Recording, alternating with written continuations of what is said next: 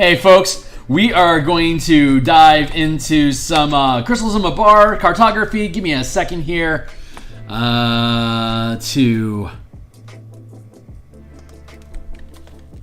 punch my signal, check myself out. Here's the cover for the adventure we're writing, so you can gaze in wide-eyed wonder at that while I press a bunch of buttons. Writing, so you can gaze in wide-eyed wonder at blink. Okay, cool. So that works. Hey, if you follow me on Twitter at Phil Kearney, I've just posted that I'm live on Twitter, so you can catch up with me there anytime. And let's see. I'm going to hit my Discords here real quick, and then we'll get into some pixel pushing.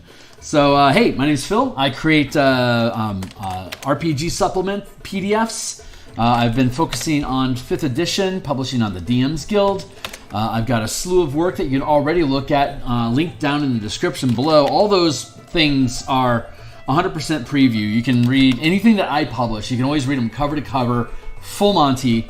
Run a whole campaign with them if you want. But if it's stuff that you think is interesting, or if you like the 150 some odd illustrations that are in all of those books, I would certainly encourage you to make a purchase to help encourage me to do more of them.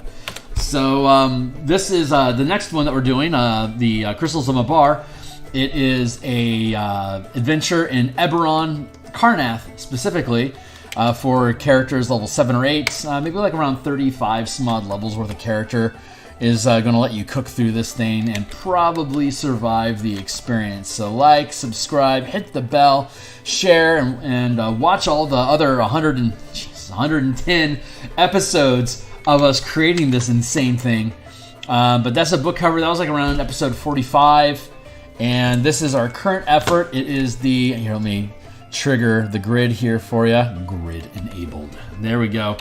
Here's the like 74 by, how big is this monster? Image size equals 74 inches. This is a 74-inch map. Good luck. We have, of course, the ultralight version that is super easy for you to be able to print out. At scale. If you have like a laser printer, this is like zero effort at all. We'll be building in 10 by 16 inch spaces. So 16, 32, 64, 80, 64, 78. Got it. So there'd be a couple inches of spare room, but this would be 5 by 8. So this is 56 pages of like mostly just like a couple lines, right? So we'll provide all those for you, though. You can draw them yourself if you want to. They're pretty easy peasy. But for folks that like virtual tabletop or to murder their ink, we'll have this full color version. I'm a big Roll20 enthusiast. I have about 7,000 hours of DMing on Roll20 over the past 10 years. I believe my anniversary on Roll20, my decade anniversary, I think is in May. But yeah, so I'm a big fan of Roll20, obviously. I've pounded out literally thousands of hours on that VTT. And this is where I did all the playtesting that I did for myself. And the other DMs that have been running it so far freaking love the content. We are going through page layout. We'll get to page layouts once the document is finished editing, and it may be about halfway done with editing at this point. So I anticipate that being in our hands maybe late April or May. Could be longer, not positive honestly, but we've got a ton of assets that we can build out, so it doesn't really matter. And I can get Spelljammer off the plate, so when we knock that out of the way, once this does drop into page layout, it is the only project that we're working on. It'll be Eberron every day until it publishes. And according to my analytics, y'all like Eberron a lot. So it's my campaign setting of choice for the past 20 years. So be on board, man. Eberron's cool as shit. If you don't know it, check it out sometime. So I'm just going to push some pixels here. Like, a lot of pixels. So we were working on walls last time. I just wanted to go back to smudging the water around because I am really enjoying the experience. Come on, I got a new. Hey, look, I got a microphone now, right? See, it's a. Well, you can't probably see it well at all because of my screen blocking. But anyway, I've got a microphone on a boom now, and I have no idea if it's going to actually improve the audio quality or not long term. When I did testing with it myself, it didn't seem to really matter much. So I think what the biggest problem with the sound is that I'm in a pretty open hardwood ceiling and walls that don't have a lot of sound deadening. So there's a lot of echo that kind of kicks back in through the microphone regardless of where I set it up. Though I do like having the boom, it clears up some desk space for me. So I've got a little more room for me to be able to kick documents around and stuff. So I like that. Here, I'm adjusting my seat. There we go. Oh yeah. Let's get a timer going. Hold on. Let's get a timer up and running. Give ourselves this feels like 120 minutes worth of fun today. We'll see if I last that long. Normally maybe an hour and a half or so of stream is where I generally end up sitting.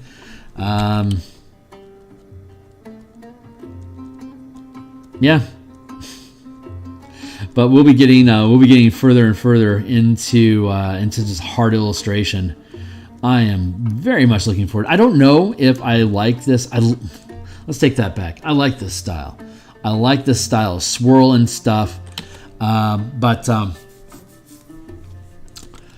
liking how these warbles up here are happening. So I'm just going to push up into this space for a while. I'm just kind of bouncing around, and we're at the point where we're blending pixels, and that just takes a lot of time. So this long form of generating maps is it is a time-consuming process. I see most of the professional artists that I enjoy watching, like Trent Kaneda and QBrush, and there's a couple of them. I'm losing names, but all the stuff, like while they're talking, it's playing over a speed paint, so it could be 60 hours worth of meticulous line work, but it gets blasted through, you see them doing like this, and it's like every shot is perfect. It's like, no, they have to sit here and grind through line space just like everyone else does. They can't just, if you see them flicking through a map faster than you're able to click things in a first-person shooter, chances are you're watching sped up footage. So, but what that does is it creates this weird expectation that people should be able to create art quickly. And honestly, AI isn't helping that impression at all. But actually, thinking of building out stuff and being precise and specific about where you're placing things, it takes a ton of time. And there's backtracking, because as you see new, better things, as things can be positioned, to improve the process, there's a temptation of going back and reworking on particular areas, and that also adds to production time. And when you're blurring at 300 times speed, you're not catching those little intimate details. So it can be discouraging for new artists that are like, why is it taking me so long to frickin' do anything? It's because it's difficult work.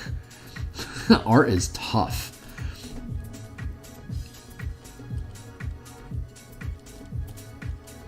So I don't know. I wonder that as AI advances and more, I wonder if there's going to be a more of a craving for long form creation like this, because you don't actually get to see AI creating the product. It just spits it at you. Here you go, boss. It's perfect, right? And it's like, yeah, it's perfect. But if anyone actually I wonder if there will be an appetite for a channel like this where I'm just pushing pixels and making mistakes and backtracking, and I wonder if there will be a growing interest.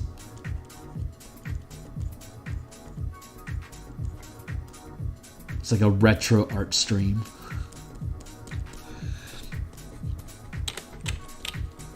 Who knows?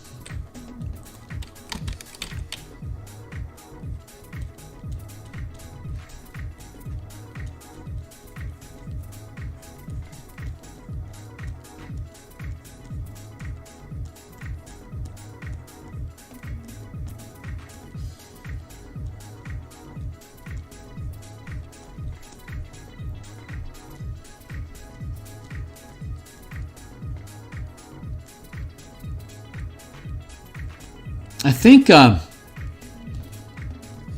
there's a consistency. Hey, Tyler, man.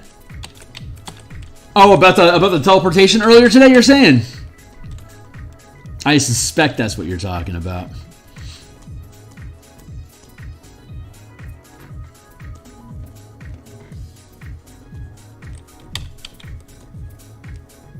Yeah, oh my fucking god.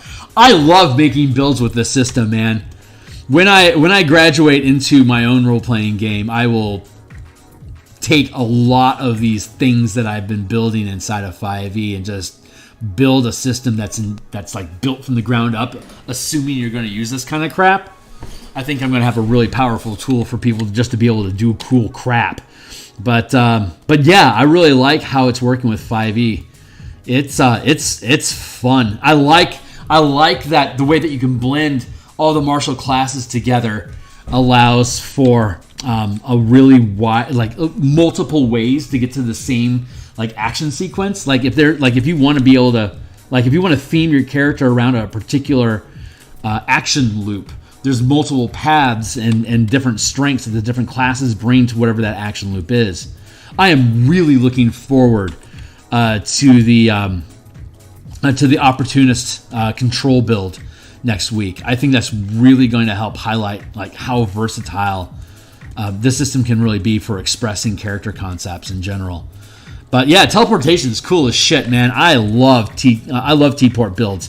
I was a Telfamar Shadow Pouncer junkie in 3rd edition, and so like 3rd edition had movement, it had actions, it had bonus actions, and it had swift actions.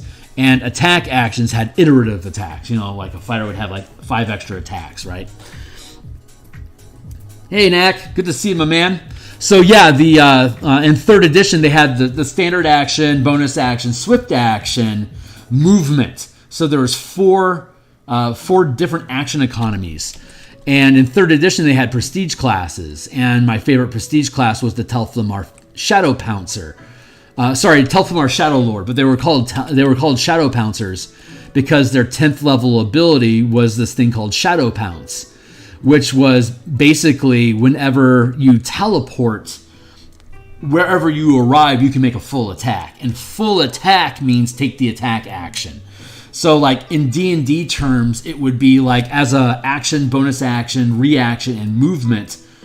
All 4 of those things. Well, backtrack. In 3rd edition, with the Book of Nine Swords, there were teleportation powers that you could use. Some of them like point based. Like a lot of my martial power system is framed around the Book of Nine Swords. But in Book of Nine Swords, you could pick up abilities that would allow you to teleport as a move, as an action, as a bonus action, and eventually as a swift action. So once you unlock the full Shadow Pouncer and you accumulated enough of the martial powers from Book of Nine Swords, you could have a character that would move, teleport, and then, depending on what your level was, which is why we would go up to level 32, you could stack out a 20-level fighter with 16 levels, like 12, 14 levels of Rogue plus Telfamar Shadow Pouncer, and you could have each full attack is 5 attacks. So you'd move 5 attacks, action teleport 5 attacks, swift action 5 attacks, bonus action 5 attacks. So once you're fully kitted out in levels of 30s, you could have 20 attacks per round. It was insane. And if you paired it together with Warlock, you'd be using Eldritch Spear, and so you'd be doing like 2d10 on each attack. So you're basically waddling out 40d10 per round every round, as long as you still had the resources to be able to pounce that often. So that's that shit is sick. But I love, like, that used to be the Nightcrawler build. For like when people were like, hey, you know, if you wanted to build the X-Men, what would you do? I was like, if you're going Nightcrawler, you're going Telfamar Shadow Pouncer. And so that's, I like having, I liked seeing Steel Wind Strike being added to the Ranger. That felt really cool. And then when I deconstructed it for the Monk to be a Whirlwind attack, it just gives you, you know, it just gives you Nightcrawler shit starting at level 5. So pair that with the revisions that we have for Way of the Shadow, it just becomes a really cool Shadow Lurker that you can just, you know, stack up your mana. Oh, I did want to point out I was wrong when I was going through stuff about the Warlock. The Arcana, you've got the Pact Magic, which is like 1 per level up to 20 as a short rest regain, and then you've got the Arcanum mana, which is at 20th level. You've got 40 Arcanum mana. And I was mistaken. I was going through the content too quickly, but if you look at the playtest document, you aren't allowed to use Arcanum mana for maneuvers. You can only use Pact mana to perform martial powers. So that locks your Warlock in basically to have the same mana options as a Monk has. But then on top of that, you've got your high magic of level 6+ that you got the 40 mana that you can throw at. So like spells that you know can use both Pact Magic and Arcanum. Like the Mystic Arcanum spells that you learn can only use Arcanum points. And martial powers now, if you learn them as invocations, you can only use Pact mana with those. So like if you're playing like if you're playing a Dimir, for instance, which is blue-black mana, their Arcanum mana would be considered both blue and black. The Mystic Arcanum would be either blue or black, and the Pact mana would be blue and black, or you basically can mix the two between however much blue and black that you want. And then with martial powers, you can just arbitrarily assign which of the powers that you know are using black or blue mana. So you can control all 3 of those dials together for a Warlock. It actually makes for a really fun, in-depth like kit character build. Like you can really lean into what kind of effects do you want to have, what kind of mana do you want to use. I just love Warlocks. I just think Warlocks are the best fucking class out of 5e, and I really wish they would convert Druids to being Warlocks, so you could use invocations for wild shaping. Like I think that'd be the coolest fucking thing in the world, but I don't think Wizards thinks that way. So once we get Martial Powers published and we see how they build Druids for one D&D, we'll know how I want to rebuild Druid to use Martial Powers while you're in your wild shape form. So that's coming down the pipe. There's so much we can do with that stuff, man. Like do rogue builds, like have a rogue kit with a bunch of powers that affect specifically rogue crap like stealth and infiltration, and like you can you can permanently burn mana to gain contacts and just cool shit like that. We can do heist mechanics, so you can be burning your power points to weave in backstory conversations about how you thought of a problem beforehand, and now you can spend this much resource to roll power dice for you to be able to modify that die roll that you set up, that you knew it was going to come, so you set up for it. That way that heist mechanic goes, of being able to improv solutions that you build in as a backstory. The way that system works in general is you log a number of days that you prep for the heist, and that's how much mana you have as a bucket for your team to be able to pull from the bullshit stuff. So you can have heist powers. And so when you plan a heist, you spend X amount of days prepping for the heist, which gives you a resource bucket of bullshit, of shenanigans, basically, so that you can improv solutions on the fly, which could be anywhere from like gain advantage on the roll to like roll 4 power dice on the influence check or like on your like safe cracking roll, roll an extra 4d8 dice, keep the best die result, that sort of thing. Like the same stuff we do with martial powers right now, but we'll have time as a resource mechanic for the amount of time that you spend casing a joint. And casing the joint itself becomes a process because you can get spotted. So any effort that you attempt after you get spotted is wasted. They're prepping. They're aware of you that you're doing something, so they're on guard. So you'll have higher DCs when you actually attempt the efforts that you do for anything pulling points for since you'd been discovered. So like there's a lot of really fun heist stuff that we can do that will make a lot of sense once we have the martial powers book out and we have the guild resources book out, because you can hire droves of underlings to case a joint, to build maps, to create contacts. You can have a whole thieves guild working towards a specific heist and use all of their group mechanics to have them building die rolls in your favor. So however strong your guild is, using the command mechanics that I use, like maybe you have a world-class, an interdimensional thieves guild that is capable of pulling D12s when they modify things. And, you put, 15 lantern archons on something to spy a devil in his domain for 3 months. And maybe that gives you 15 heist points that you can use to infiltrate his sanctum, so you can kill him where he lives, so you permanently kill that demon, for example. If you're thinking like Descent into Avernus and you're in command of Elturel and you start accumulating favors from hags, Rakshasa, and whatever else is laying around willing to take a piece of soul for a die roll, you can break your soul down into 5 percentile pieces, and over the course of 100% of sacrificing your soul, you can get up to 20 karma dice that you can throw at modifying any encounter you have with, say, a demon or an angel. So once we have all these books out, we'll be able to build kits like that to curve into the same mechanical space of having these command dice that you can use. And there's all sorts of different narratives we can build out. So when I do the time travel campaign, my Groundhog Day heist campaign, I'll be able to use these mechanics.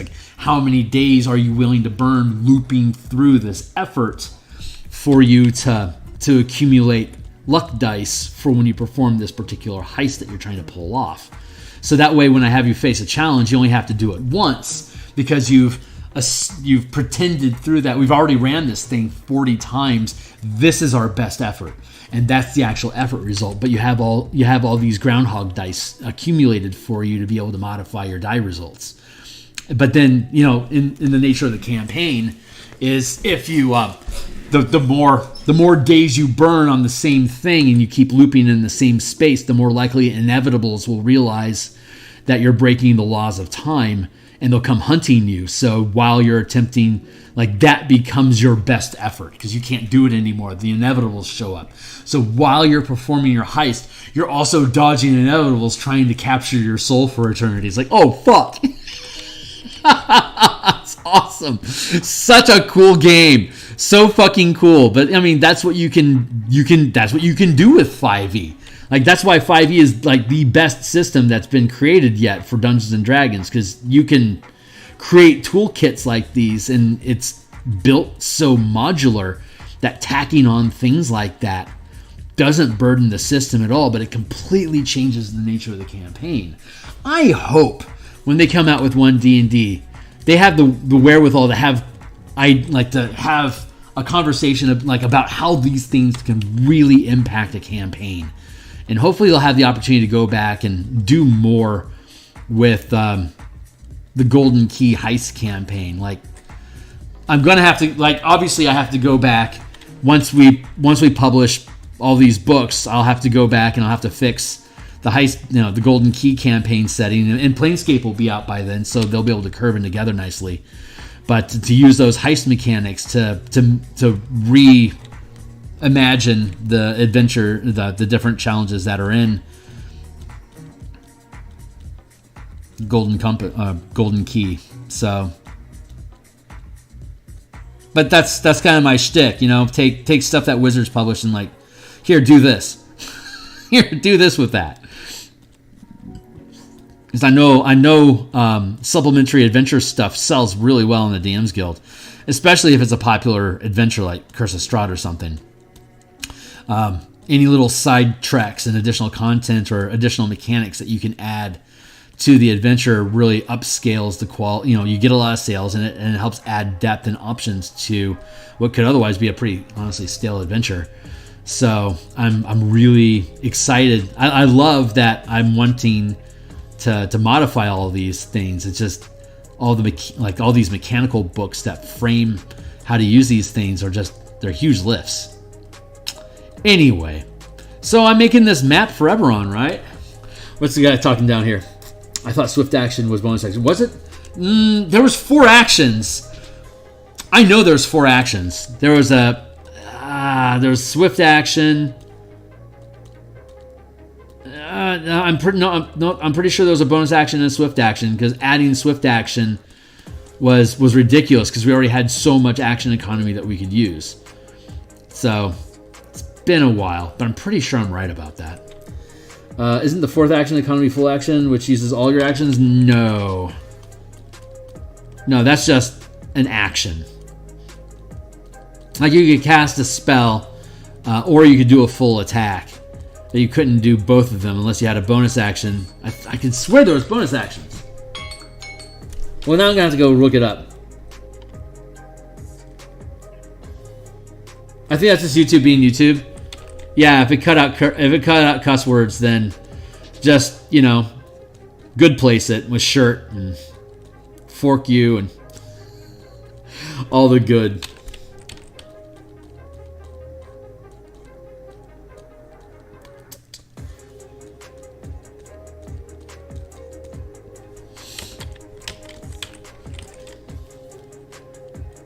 I'll have to check my settings to see if there's some sort of a language filter. Thank you.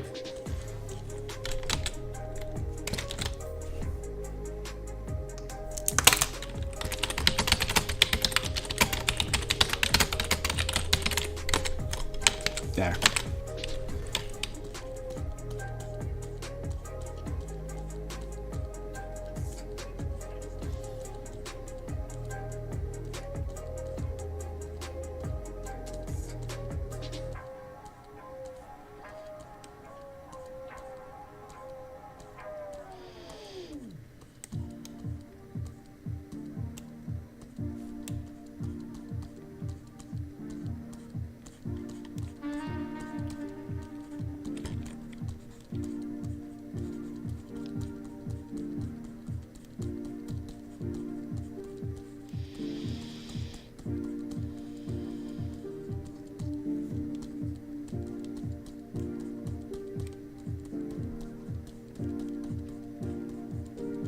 Man, I'm really looking forward to Dragonlance.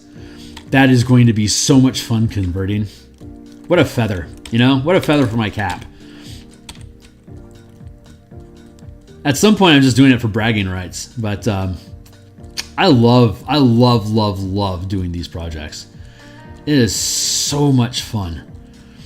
I keep promising myself I'm going to do small little, like, quickie things. I can just get more content out there so that I can be in, you know, in circulation more. Like, that's the only thing that stops me from getting sales is just people not noticing them. Like, whenever people run across my shit, I have pretty decent sales. So it's just a matter of exposure.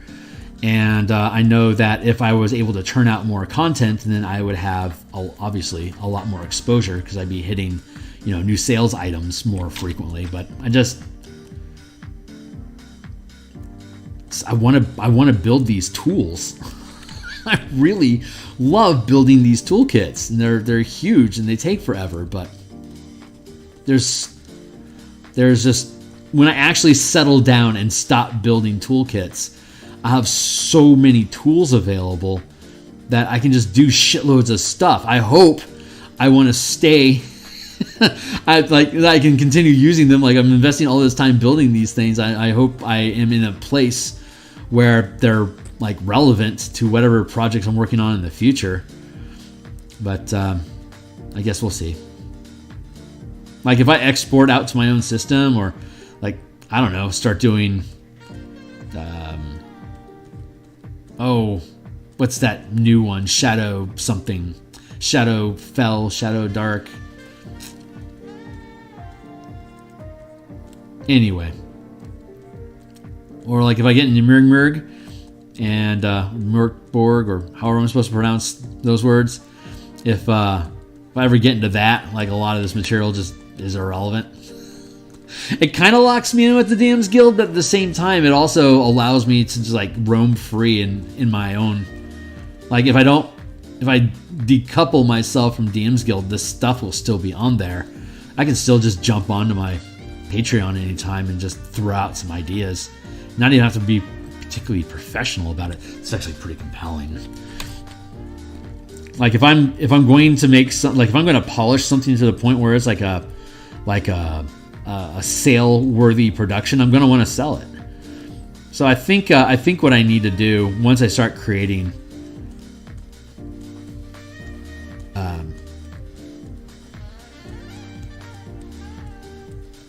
Patreon content is just keep it loose and scribbly. Yeah, and less time on polishing the language and more time on good art, maybe. That might be a good route to go.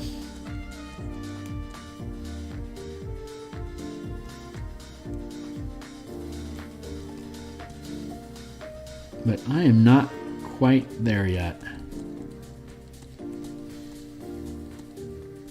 I think I might be in that place in another couple years. We'll see.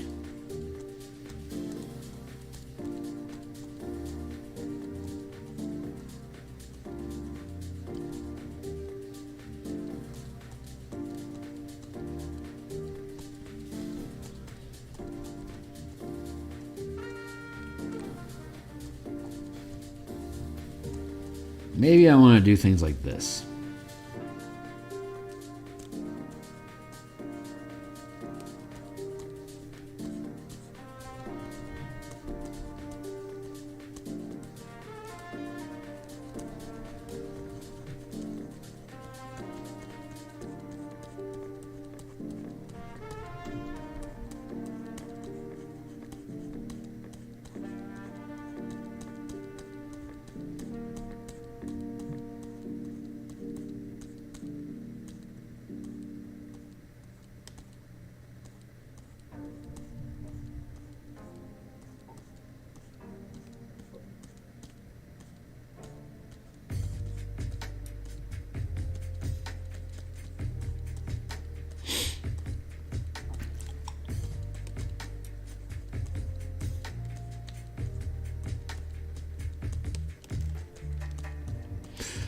You know, Dragonlance might be.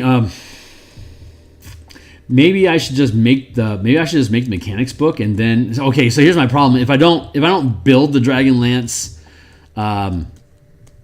supplement while I'm making the mass combat system, if I publish the mass combat system, there's a chance I'm going to become enraptured with, or what's the word I'm looking for there? Maybe enraptured works. I'm going to fall in love with something else. And I may or may not actually execute Dragonlance, but I absolutely want to. I like to think. I love the idea of Dragonlance so much that I will absolutely do it, but I can. My muse can push me in interesting directions. I can't guarantee where I'm going to be tomorrow, much less where I'm going to be in a year. So if I'm not building it currently, I can't guarantee it's ever going to get built. So that is a concern.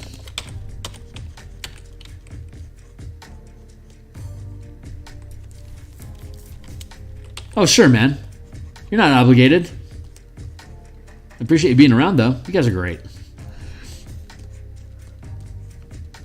I appreciate you helping me focus something to ramble at as I push pixels forever.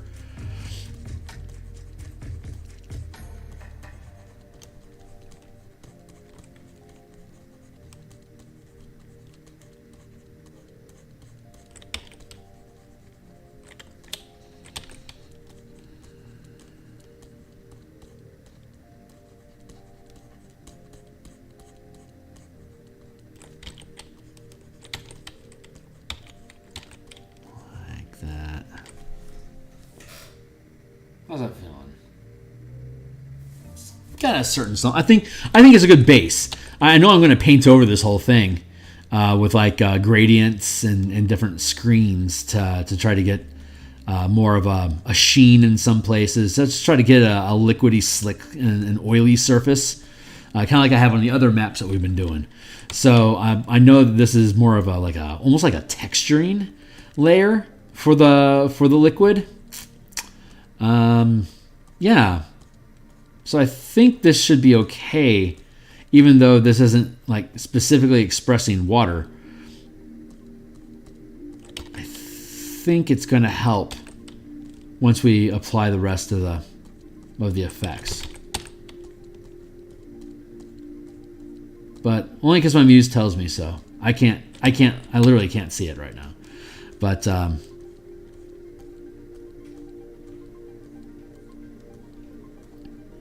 I trust her.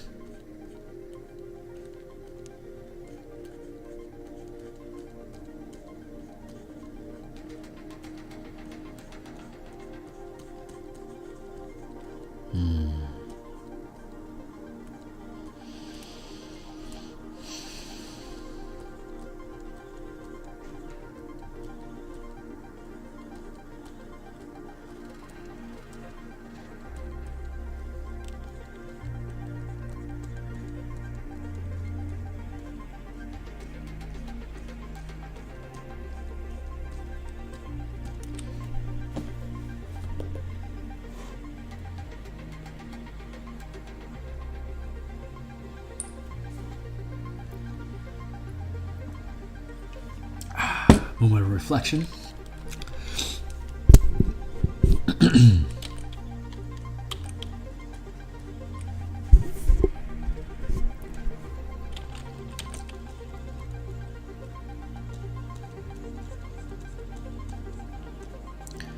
Just want to smudge that in just a little bit. I want to push my way back into the larger body. This bunching up here, I have to have a transition from this turbulent slosh into this channeled push. So I'm trying to let the gradient resolve itself so that it feels natural, that it's transitioning in structure, right? Like these are much more ordered than the slurry we have back here. So I have to have a transition from slurry to structure.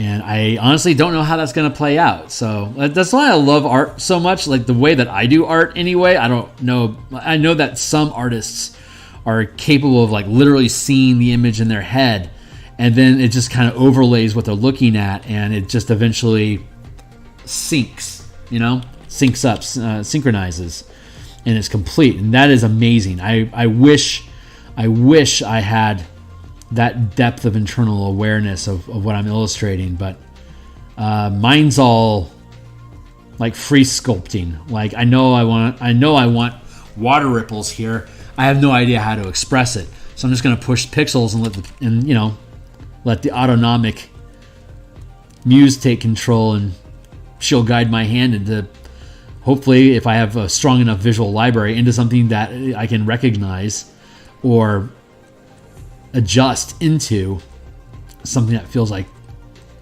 water or liquid. So interesting process, very, very different. There is no one way to rock, says Sammy Hagar. And I tell you, when Sammy figures out what that one way to rock is, he is going to make a lot of money. So good luck, Sammy. But the point still stands that each artist is unique. Their process is unique. That's what's so freaking cool about art. Like how you're creating solutions, right? You're trying to solve the equation of, how do I do Tifa fan art or whatever. And so whatever solution you come up with is your aesthetics, and it's your skill level, and it's your awareness, and it's like what's your attitude that you're expressing through your art. Like there's a lot of fun variables, and like how far a lever is pushed on any of that is just a part of their own personal artistic style, and it informs what they look for when they're advancing their skill set, or even if their skill set can advance. So I kind of love it. I just love the variables. The PowerPoint still stands. Yeah, I have only like the most vague. Like I only just started to being able to recognize actors' faces when they're outside of the movie I know them from. Like I am the worst. You know, like it took me forever to figure out, is that Morgan Freeman? Like after seeing 30 Morgan Freeman films, I'm like, oh yeah, Morgan Freeman. I know what he looks like. But like it's really difficult for me to piece that stuff together until I have enough visual memory. But somehow my hardware got upgraded last year, and I've been really either that or I've seen enough Netflix content at this point that I've upgraded my software, but I've got facial recognition software in my head now finally, so that's been a blast. But yeah, art's kind of the same way. You can start recognizing somebody's work after a while because you just kind of feel their style.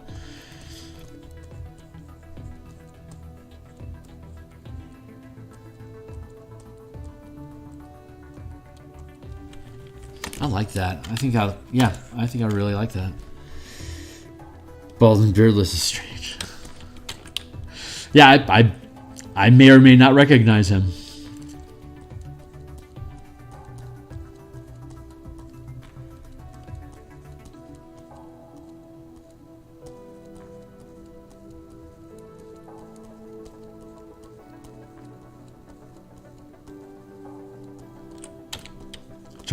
Drop the strength of my smudge brush down into the 30s. Yeah. So it can smooth the gradient a little bit more.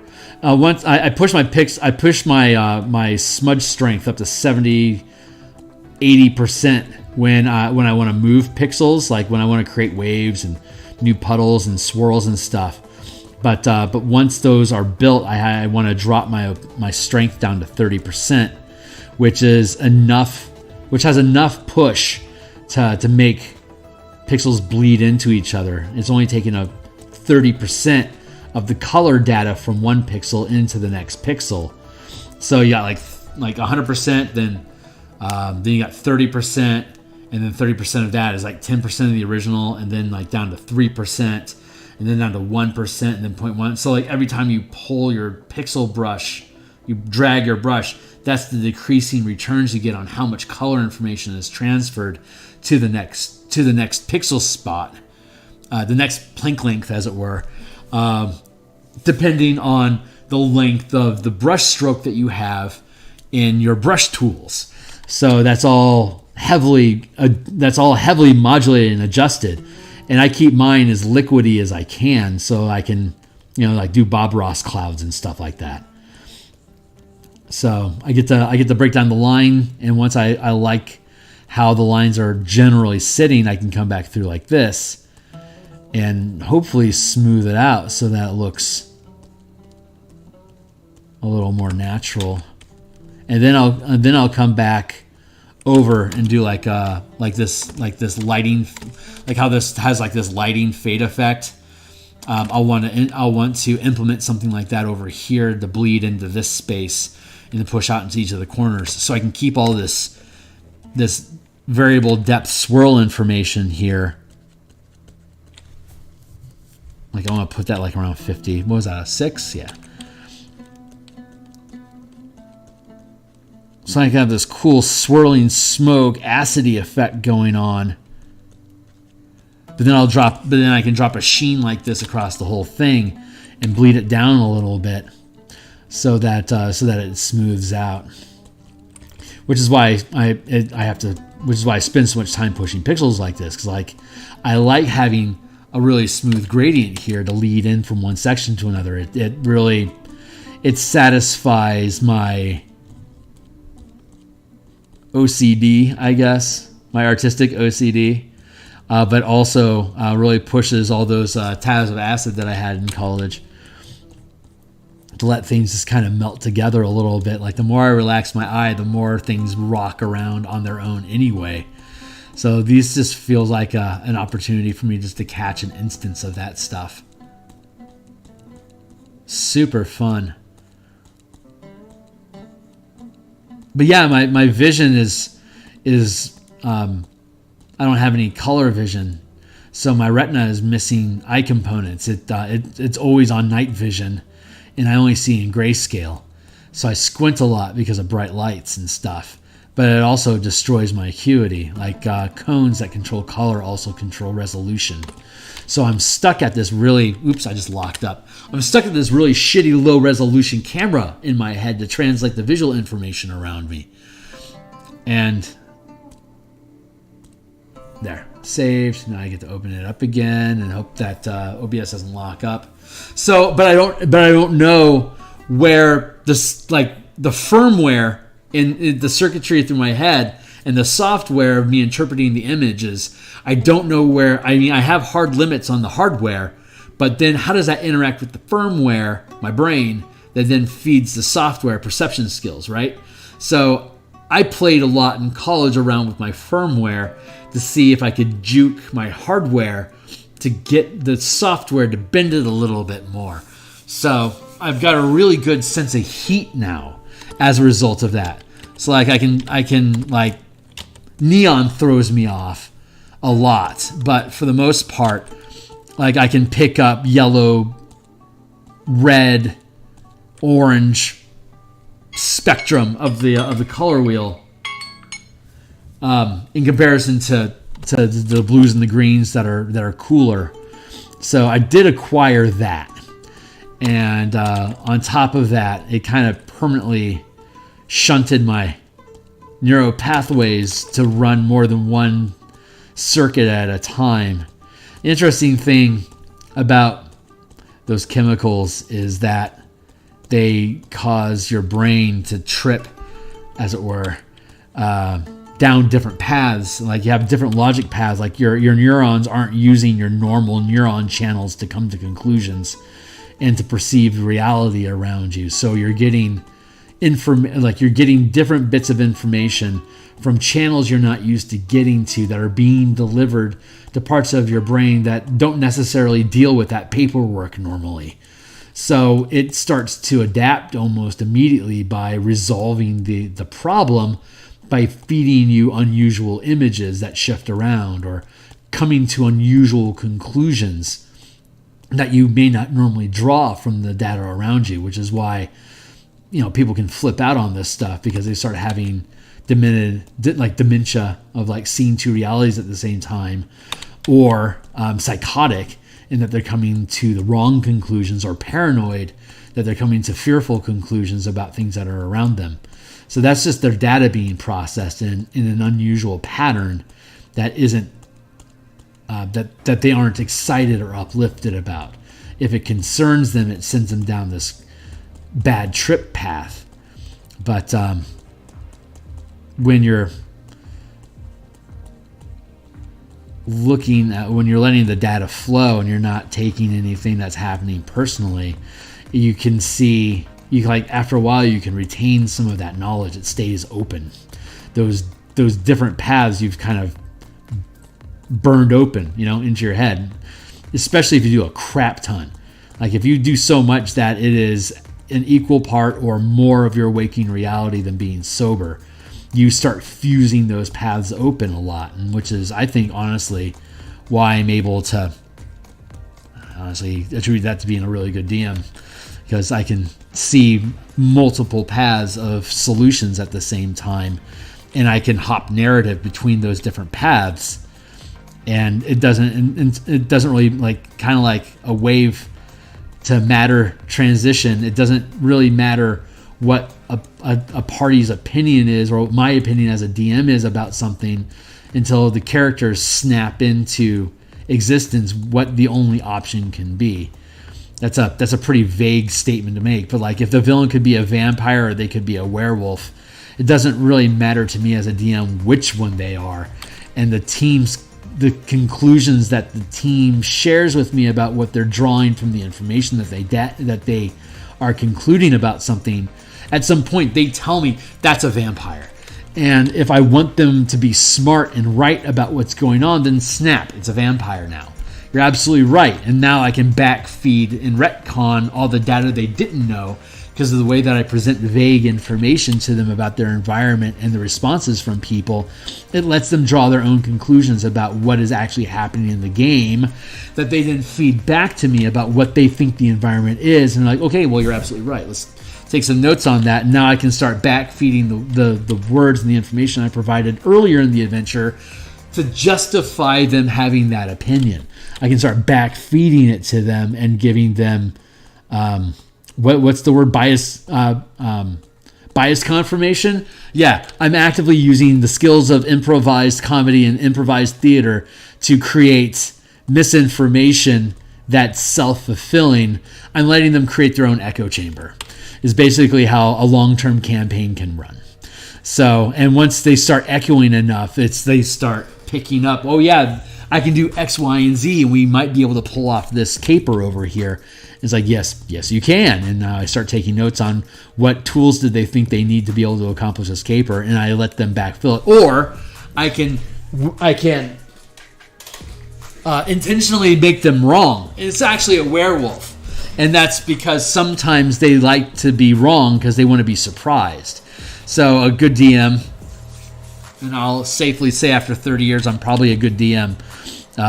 Good DMing is when to manipulate, how to use that misinformation to prove their bias or to surprise them with information they didn't know. And as soon as they get hit with something that's surprising, that sends them down a tunnel of, oh, I wonder what that means. And they start drawing conclusions about the new information that they have, which could create a new cascade of information that ends up being super cool and confirms other biases that they had and opinions. And now they think they're outthinking the campaign, where a good DM is really just an analog data processor or randomizer. It's like a DMs are meat space randomizing machines that runs through different variables and creates outcomes. And if the DM is dealing with a large amount of variables or is new to DMing and doesn't have the processing power yet, they have a very narrow path that they can go down, and they can only do it for so long. So like 3 or 4 hours of this is what I planned, this is what we're going to do might be all the capacity that they have. But as they become more experienced in DMing, they can render the world faster, so they can adapt to change quicker, and they have more experiences and a larger data set of knowing how conclusions end up, so they can automatically start skidding out logic paths in their head about what is the conclusion of what we're doing. Like being able to see what's going to happen 3 or 4 steps down the road. Like if you do this, it's going to instigate these kind of challenges. It's like chess, like when they move their pawn piece, it may trigger me to move a knight or a bishop. It may be an equally valuable move that I'm making, but the way that they move is very different. So it's from my perspective, it's those chess pieces are constantly moving. That's what I enjoy about DMing, is that I get to see the world change and render in real time as the team is making conclusions about their experiences and challenges in the game. So I can, like, a good game of any role-playing game to me is if I have enough system mastery that I know how the mechanics work on the fly, to go in with like maybe 10% of the adventure planned out and just assume that whatever it is that they're going to poke their nose into, I'll be able to just riff off of spontaneously and just create something. Like that's a lot of the appeal of DMing to me, is like how far can I push myself into having no agenda whatsoever walking into this adventure, and can they tell? So that's like hardcore mode as a DM, like zero net. And some, if I do a good job, then they're enthralled and they're pushing through the data and they're quizzing each other and they're having, debates amongst themselves. Like if I can get them debating over what to do, I'm pretty good with that. At some point, I'm like, okay, you guys have a couple different decent options here. Just, pull the trigger on one of these things to instigate them into moving forward, so they don't just sit there and pontificate all day, because they will. You can, if they're intimidated by something, you can tell, because they'll debate the point, whatever the topic is. They'll debate it longer, and they'll look for more and more potential hidden gems that they haven't found. But almost always, it's the first two ideas are like the only real ideas that are going to do anything anyway. But the more they sit there and hem and haw over it, the more you can realize, oh, they're actually intimidated by this. So that's when you have to, as a DM, like kind of like subtly guide them in a direction. It's like, DM thinks this is a good path. Like sometimes that meta knowledge about where the DM's at with the game space is really helpful to the players, so that they can have just the confidence that they know they can do this. Like, no, that beholder is absolutely going to fucking slaughter you. And they're like, well, I don't care. This is what our characters are going to do. It's like, well, let's make sure we make this as heroic as possible, because you're going to die. And that happens, They get that tunnel vision, like, this is the right thing to do. And it's like, you got to ask them, are you doing this because it's the right thing to do, and it doesn't matter how fucking bad it is, it's what you're going to take? So you're trying to hedge your bets right now? Or do you think this is actually a good idea that you're going to be able to walk out of with net gains, and you're just being careful about it? And they'll tell you. Like, I've had parties like, no, we think this could kill us, but if we can pull it off, the results are worth it, so we're willing to take that risk. And these are people that are like, they build backstories and they fall in love with their characters like everyone else can. But the players that stay at my table are the kind of players is like, my character is willing to risk their life over this. And like, they'll find those opportunities. Like, this is an opportunity for me to throw my character into the fire and die, and honestly just build a new character if this is his fate right now. So, like, being willing to let those characters burn, just for the sake of them just doing this is something that he was willing to throw his life away for. Like, you got to have that commitment. Like, like when you're in war and you've got 50 guys coming at you with spears and you're on a horse, you're gonna lose your fucking horse. So now it's just a matter of, can I land on some of these guys, and how many of them can I cut down before I get dragged under and all their stabbing knives come out and just start jagging her up. They'll kill me. I am going to die. How glorious of a death can I make it? And by some miracle, I survive this experience. I'm probably going to have to do it again tomorrow. So if you go, like, that's the martial attitude. If you go and expecting your character to get killed, and I just want to see how fabulous a death I can make, and like, if I set my goal to help the rest of my team get out, like, if that's your default plan as a character, at some point I have the opportunity to kill my character to let the rest of my team live, I will take that opportunity. And if everyone in your party does that, it becomes just fucking epic really, really fast. Like, it just get, like, the dice become absurd. Their proposals, like, they just reach further and further until they're just like way out of their league. And at some point, the dice are just going to run out for them. Like, that was a good run. I had that happen with Gamma World. Gamma World 4E was amazing at this. It took like 3 minutes to make a character, and almost everything that was cool about them was completely randomized. Every time, like, you rolled a 1, you would get a new mutant power, and you'd lose whatever you had. Every time you loot a body, you would get like some sort of like ciphers, like 1 or 2 uses, and it's gone. Like, everything was super disposable. So, like, you use what you have, and it's gone, because you have no idea when you're going to roll a 1, or you have no idea when you're going to actually use that. Like, the next time you take a run action, you use this item and you can fly instead. It's like, well, there it goes. So it's like completely disposable heroes, and like embracing that disposable hero, you can end up living 4, 5, 7 sessions, and in the back is like, this character just will not die, and then everyone believes in your character, and it literally modifies the dice. It's insane. It is insane. And when the character finally died, everyone's like, oh! It's like when you have a 3-hour streak at a craps table, and there's like $200,000 worth of coin on the table that's just accumulated over 90 minutes, and then finally someone pops a 7, and it's like, oh! So cool. So cool.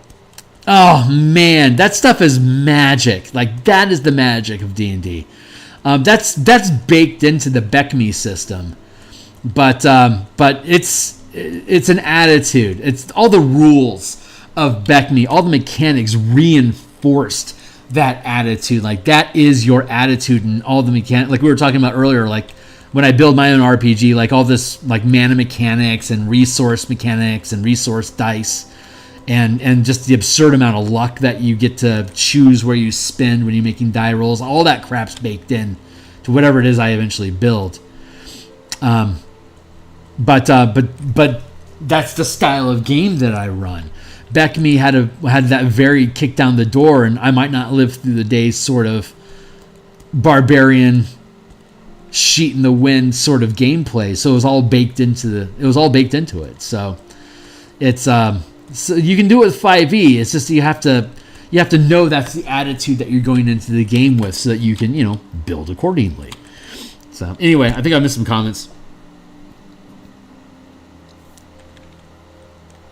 We just need some missing the nerve endings. Yeah. I love this. I will pontificate all session long. I've done this. I drew a line. I got 2 critical hits, and was playing to do. I've left game to come play in your playtest. You are amazing. Thank you. That is a kind statement. It's you like I talk about a lot. The secret of good DMing in my mind is just getting comfortable with not knowing what the fuck is going on. Like, I will literally stop and say, I'll ask the characters, like, what the fuck are we doing right now? And they're like, reset. Great. This is what we're doing. And like that, like triggers them to like really get on the ball. Like, I have no idea what we're doing right now. You got it. What? It's so fun. Or like being like, I have no idea what's going on right now, and I pull out my dice and start magic 8-balling to get answers. And like I just do that in front of them. It's like, I have no idea what's supposed to happen. Hold on, let me throw some dice for a few minutes.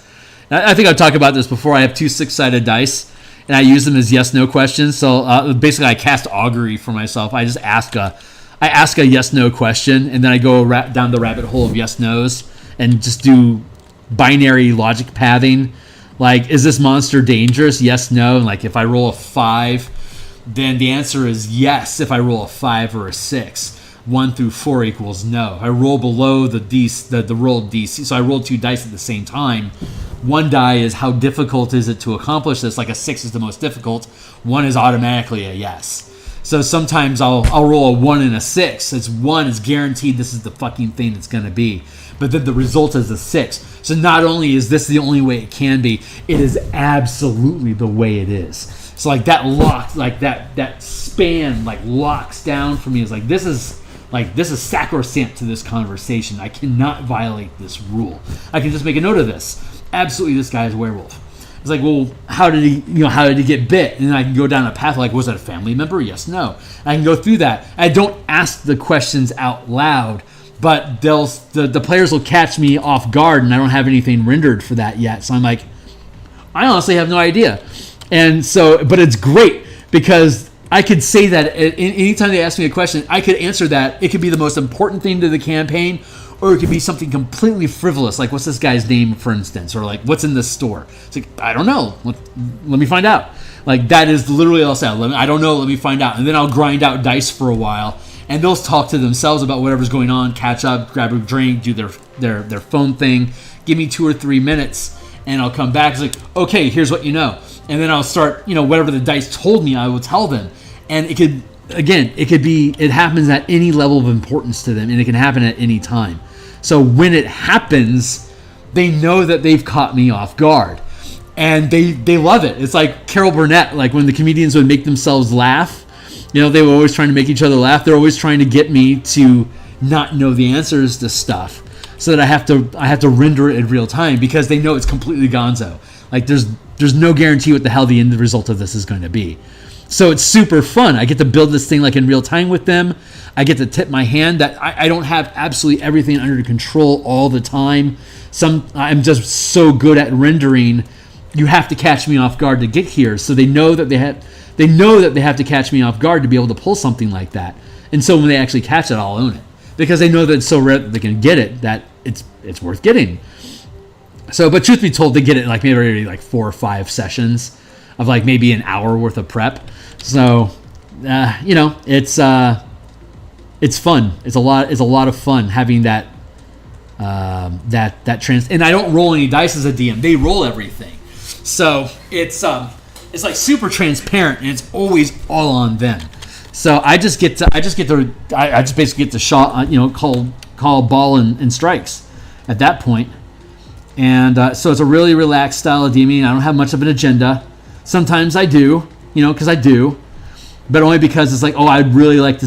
Can I bend reality to get this kind of an encounter set up, and I either can or I can't. And if they find their way into a challenge that I was hoping to bend in a direction and they outsmart me for it, then that's just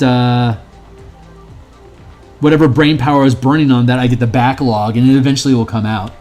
A situation will eventually arise where that's just pre-prepped material which is why I can render reality so quickly. I have such a huge library, like mental library of encounters, tasks, conversations, encounters, challenges, traps, battles, descriptions of environment, smells, all that crap, all that improvised descriptive stuff that you accumulate over the decades of running a game, of being able to like on the fly give me names of people, what do they look like, what's their accent like, blah blah blah blah blah, all that stuff. Your rendering time speeds up. It's an incredible hobby. It's like any other art. The more you do it, the better you get at it. But this one's all, it's all performance, right? Which is why people like to stream their game. Unfortunately, Let's Plays are pretty fucking boring. So it's unfortunately most of that stuff just isn't. I mean, maybe some people like it, but I hate watching people play D&D, but only because it always most games get ground down so far into the details or misunderstanding that it's not a smooth flow of information. When it's actually you're invested in it. And I think everyone just kind of knows this stuff already. But you're invested in it when it's you that's playing the game. I am performing for you. And that's it. When I'm on stream, I'm performing for my numbers. And so I think that kind of takes away from the integrity of what the story is. Like, you are no longer my only priority. It's like, what's my audience doing? That becomes my priority. And I think that taints the experience because I'm a fucking art snob. So but the kind of, I don't have, the level of improvisation that I do. It's hard to cater that to a wider audience because I just think it's more intimate. So I think what I'll need to do though for Dragonlance, I think I'm going to have to set up a server and allow other people that want to DM the stuff to come in and play with the stuff, so I can be running players and hopefully have DMs running with other players, so we can actually have like more of a community play test. So I can like take, God willing, like every other week build out another mass combat encounter, folding into the board game or the campaign. The campaign I think has like 8 noteworthy encounters, but then there's like 25. I think there might be 32. No, I think it's 25 in different scenarios in the board game. So that's going to be like around probably 30 some odd, different unique mass combat encounters that I have to create, which is going to be a really great way to express, here's a mass combat system I actually intend for you to use with 5th edition, and here's how. Like, that's me just wanting to accumulate bragging rights. So like, if Wizards had hired me, I could have made this for you. Now that's on the DMsGuild, you should consider it. But unfortunately, they don't pay enough. They only pay like $50,000 a year, and I need to make twice that to walk away from my job. So this is a hobby, but it's big, big dick energy over here, building campaign toolkits to change how these D&D adventures are ran, you know.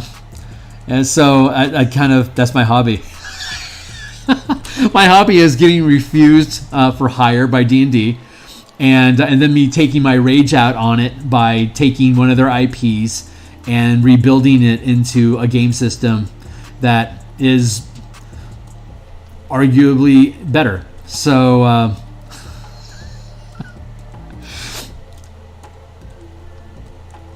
I don't think I can only imagine me like being invited to an interview and me being super stoked about it, but then just pissing them off.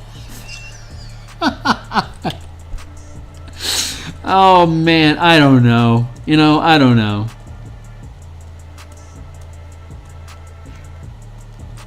What it really comes down to it is I love fucking D&D. I just love the game. And whether it's good that Wizard of the Coast has it or not, this is the content that they're putting out. So I like to pretend that if I was to build this supplement my way, what would I want to have in it? And like that's where Spelljammer came from. This is where this type of adventure is coming from. The mass combat system we have. The Strixhaven stuff that I've done.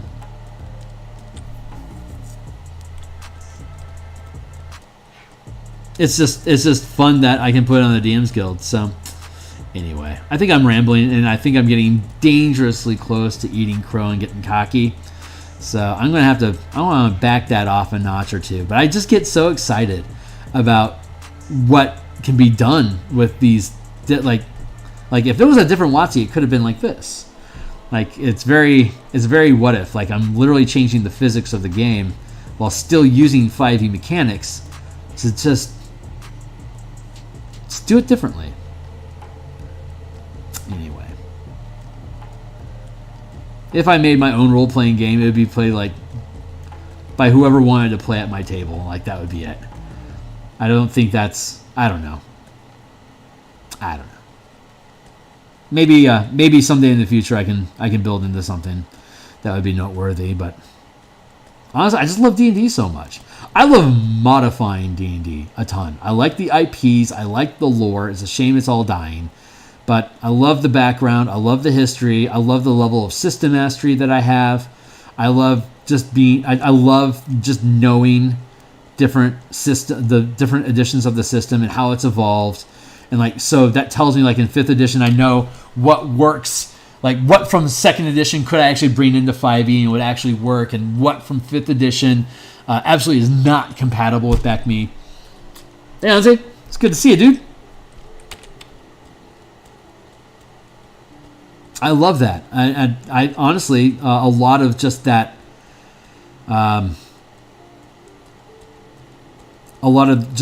experience in the system is something that keeps me in 5e. Like I know Rift's okay. I know a little bit of World of Darkness. I can get by in Shadowrun.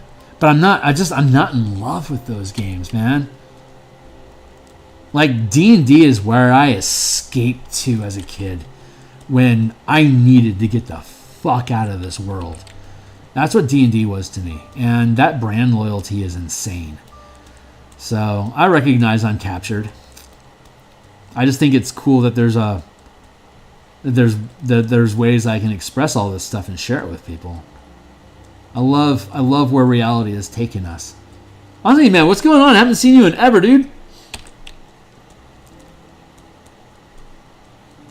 I owe you some scabbard tokens if I'm not mistaken, sir.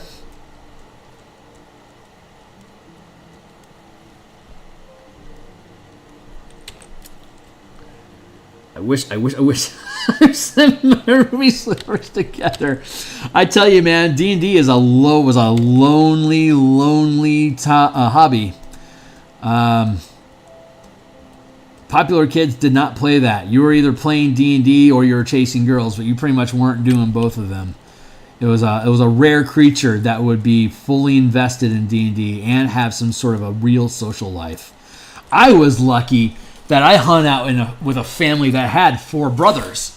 So I had a shitload of people just to play with, like all the time. Like it was like my home away from my home, and And so I always had a party. You know, they were always down. Like, let's play D&D till 3 a.m. Let's go. So I had a ton of support in that sense, but at the same time, like, I couldn't drive. Like, what am I gonna do? Get a date? No. In Missouri, if you didn't have a car, you didn't have a girl. So I was stuck until I went to college, and I was what the ladies call a late bloomer. So hold your hearts, girl. That was I enjoyed college. It was fun. I went to college to not be at home. So I just took any classes that I want. I had no agenda. I knew that I'd eventually make enough money to get rid of the debt. I couldn't afford college, and I didn't study hard enough to do well in the SATs.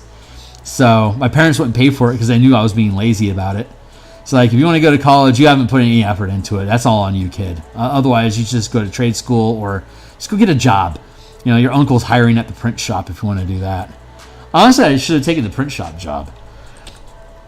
But no, I was like, yeah, fuck you guys. I'm out of here. And went to college, and lots of drugs and sex and beer and shitloads of shenanigans. And, like, I took bowling twice.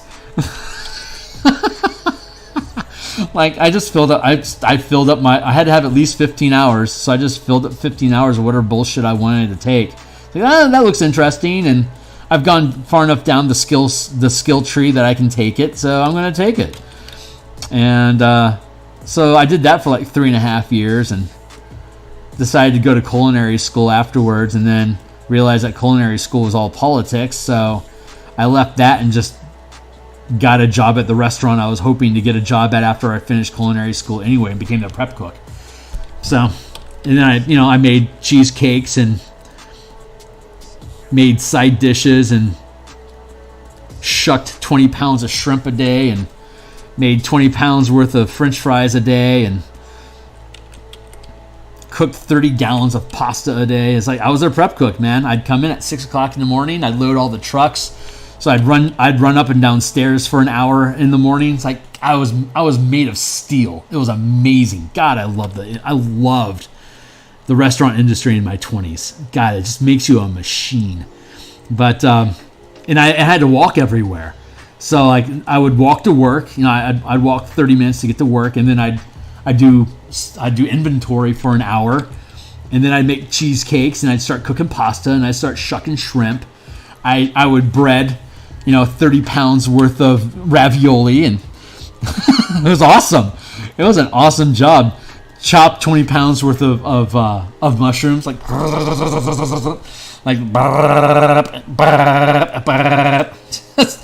and just listen to Pantera all day. Pantera, Sepultura, Korn, Metallica, old Metallica. And then the kitchen manager fell in love with new Metallica. It was like, oh, fucking hey, man, you're really gonna make us listen to Load? Jesus Christ! So, like, give us some, every time he got to listen to one of those albums, like, we put in Alice in Chains something, Tool had Enema just came out for Tool, and God, we listened to that all the fucking time. White Zombie, Astro Creep 2000, that had just come out. 9 Inch Nails, Spiral had just come out. There was some amazing music that was coming out during that day, and it was just. I am remembering good years gone by, where I'd stay up till 3 o'clock in the morning, smoking, drinking, and playing backgammon. So much fun. I played so much backgammon in college. It was ridiculous. I played so much backgammon in college that I could start bending dice. I would know what would roll. Like, once you get to that depth of dice control in backgammon, that's when you can start going to Greek casinos. Greece loves backgammon, and my roommate George is Greek and German, dual citizenship, and he taught me how to play backgammon over many packs of Marlboro Reds. Occasionally we would switch to Camel Wides, but Marlboro, we racked up many Marlboro miles playing backgammon. It was fucking good times, man.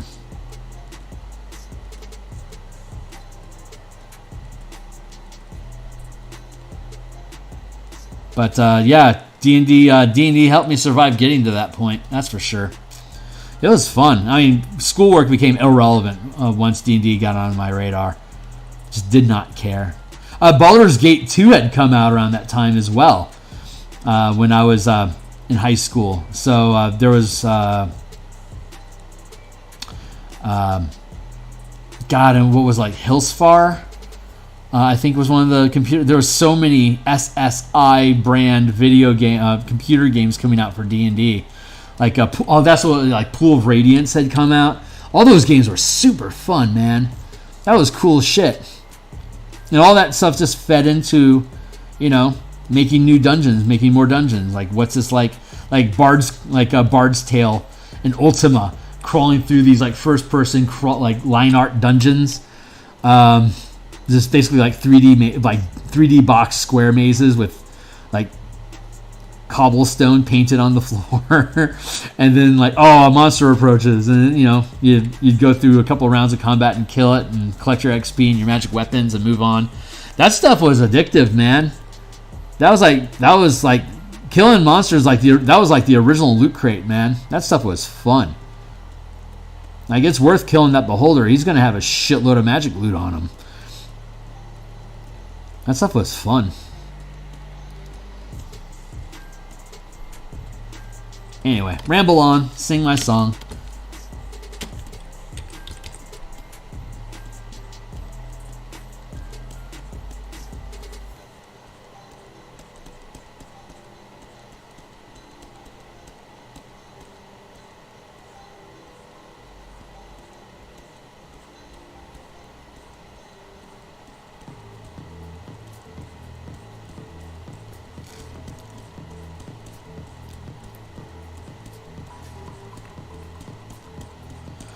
Uh-oh, it's water time.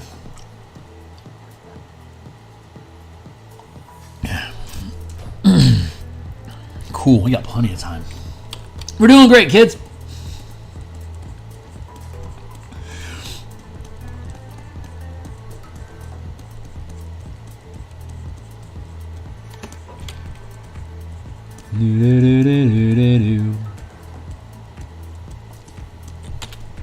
Up that smudge a bit.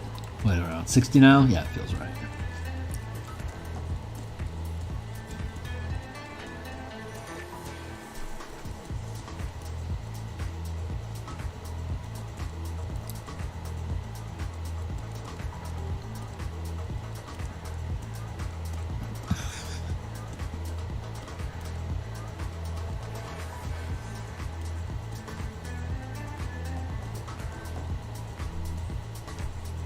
That's fun.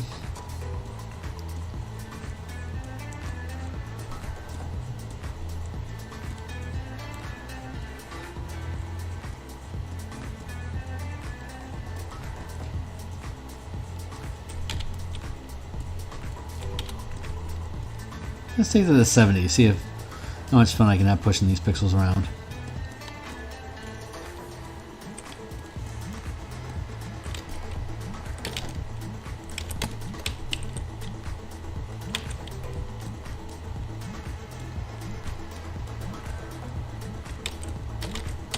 I need to hurry up and get this thing done so I can move on to the village. I really want to start working on the village.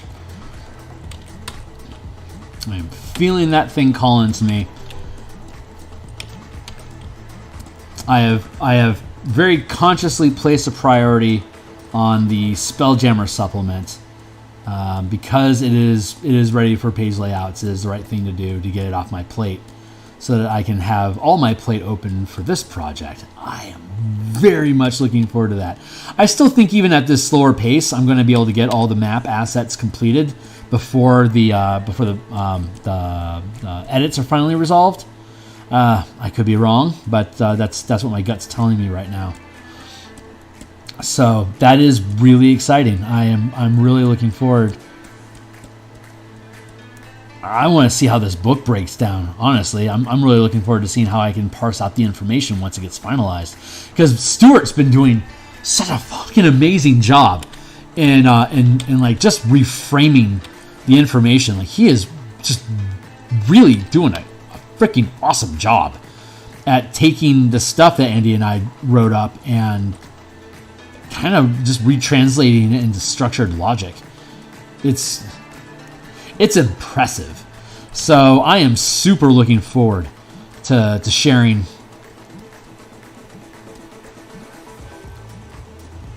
what it's evolving into. It's just cool. It's all the same flavor, like what other people have seen, the DMs that play with it, folks that play tested it. It's the same adventure. It's just the way that just the way that the information is being presented. This is very efficient and very easy. I think very easy to digest. I just think it's a better. It just reads well. I think it's fun to read.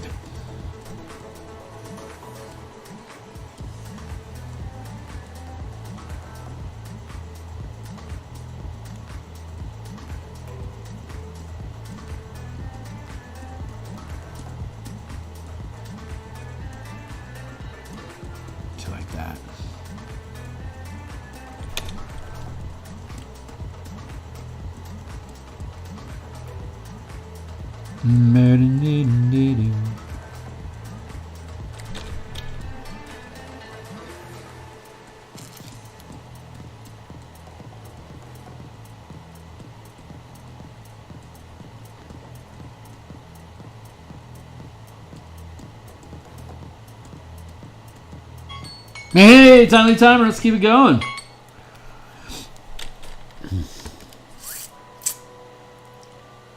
And I feel so stupid for it. Another good resource is the first edition AD. Oh man, I love the Wilderness Adventures. Yeah, the Wilderness, the first edition of the Wilderness Survival Guide. Yeah, that and the Dungeoneer Survival Guide. Both of those were just freaking great. I assume that's what you're talking about, right?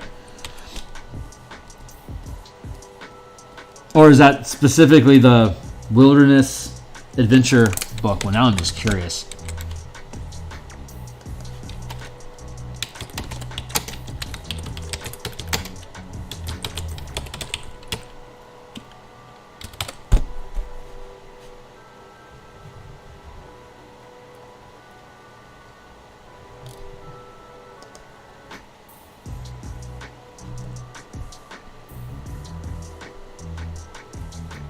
This is some of my favorite freaking art of like all time, dude.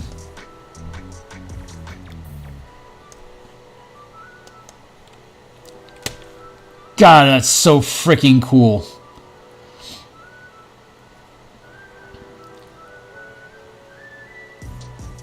That samurai stuff is sick, man. Ah, what a cool world. Just love that. Growl.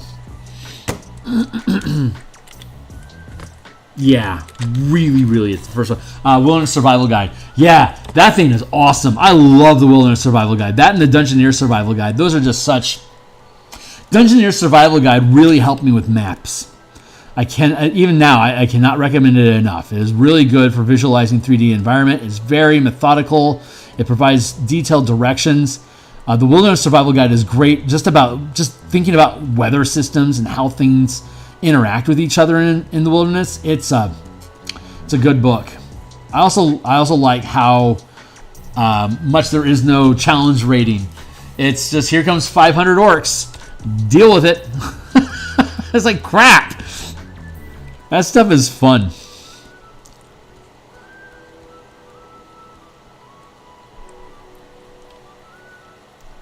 Yeah. It's just, it was just the original source of just shitloads of information.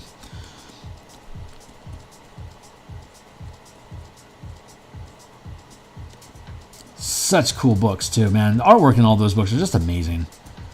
I think it's Netflix. I forget what it's called, but there's, I think, like a 2-hour documentary about the different artists that worked in TSR. Like it was interviews with Caldwell and Parkinson and Brom and Elmore and Easley died. So it's his son talks about stuff that he remembers.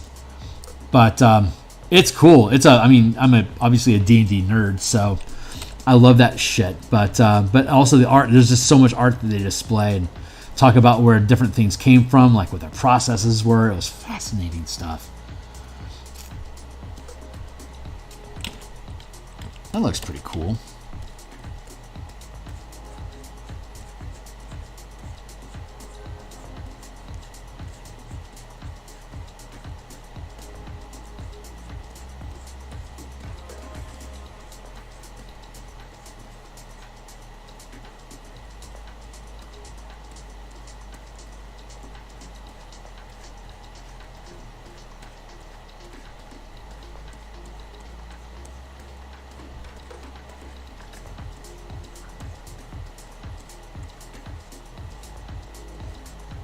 We'll do something like that. Let's drop this drop our strength down to like 30. Oh, it's 50. Okay, good enough.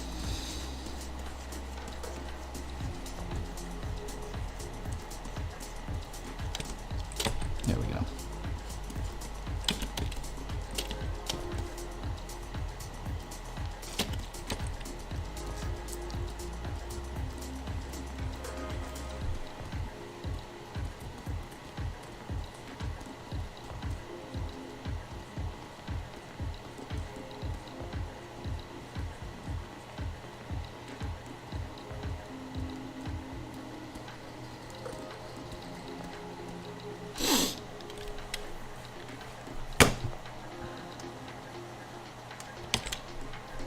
Hey, YouTube by the name Super Geek Mike had a pretty good video today on third-party images. Oh, right on.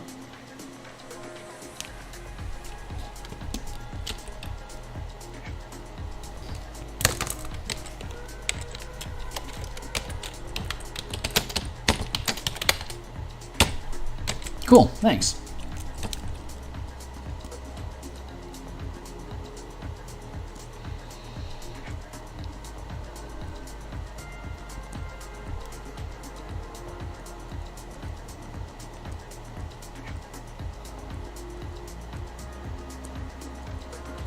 I'm getting excited again about monks. Just the teleportation builds today really reminded me how much fun I was having around taking every monk subclass and building them out into unique half-casters. It's fun. I love that shit. I totally plan on following through on that once Martial Powers is published. I don't really care if they do any good sales on their own. I'm just going to use them as loss leaders for selling Martial Powers in general. But it's fun, and I can finally pull off my Strixhaven sports scholarship. Thank you, the Mage Tower scholarship supplement. Monks don't officially belong to any of the colleges in Strixhaven because they aren't spellcasters per se. They don't have a spell list. So by converting all of the subclasses of monk into a half-casting class, they have access to like any of the MTG backgrounds that they've developed for Strixhaven or for Ravnica, and they can dip into that kit and they can get familiars, and you can use martial powers in Mage Tower, the game. So we can build a Mage Tower, like I said, a Mage Tower scholarship campaign toolkit, and flesh out all these different monks, like a Silver Quill monk specifically, or like a Silver Quill, like what martial class would be best for Silver Quill? Honestly, probably Rogue.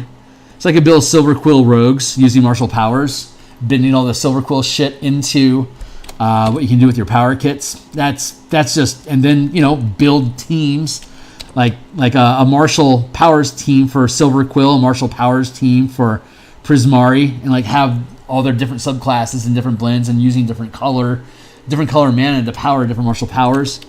Fucking cool. It would just be fucking cool. I just don't see how we didn't get a 5e Psionics. They didn't want to make a whole new system, but yet we have Key. Yeah, I know. Key would make a fantastic power system for Psionics. Fire would be best for Silver Quill. A mathematical... a mathematical tactician. Huh. I could see that. Ranger for Lorehold, I think, is pretty obvious. They're spelunkers. I mean, they're literal tomb spelunkers. So tomb raiders, as it were. That feels very Ranger to me. So that's an easy peasy. Prismari. I mean, there's Terran's Dancer, but beyond that, if we were sticking with the core 13, I would say Prismari is.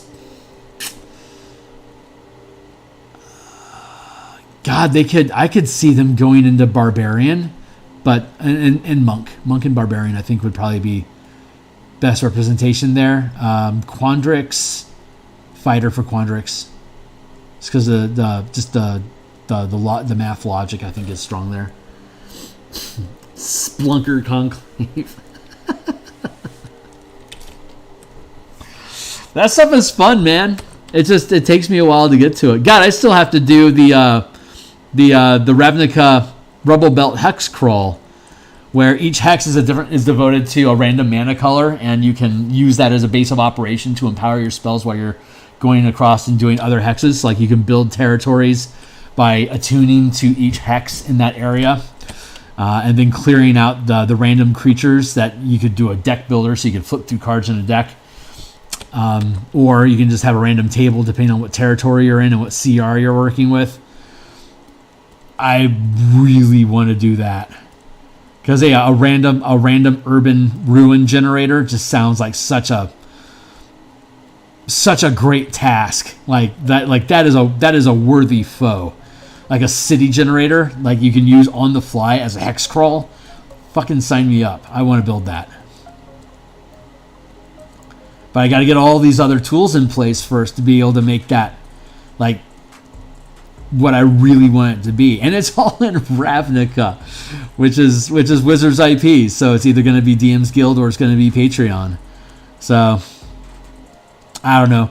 Maybe I can build up enough of a fan support that I could do a D&D, you can't do DMsGuild Kickstarters, but you can do Kickstarters for artwork that you're going to put in a DMsGuild product. So what I would love to accomplish in the future is start doing DMsGuild Kickstarters where I build the entire book. Hold on real quick.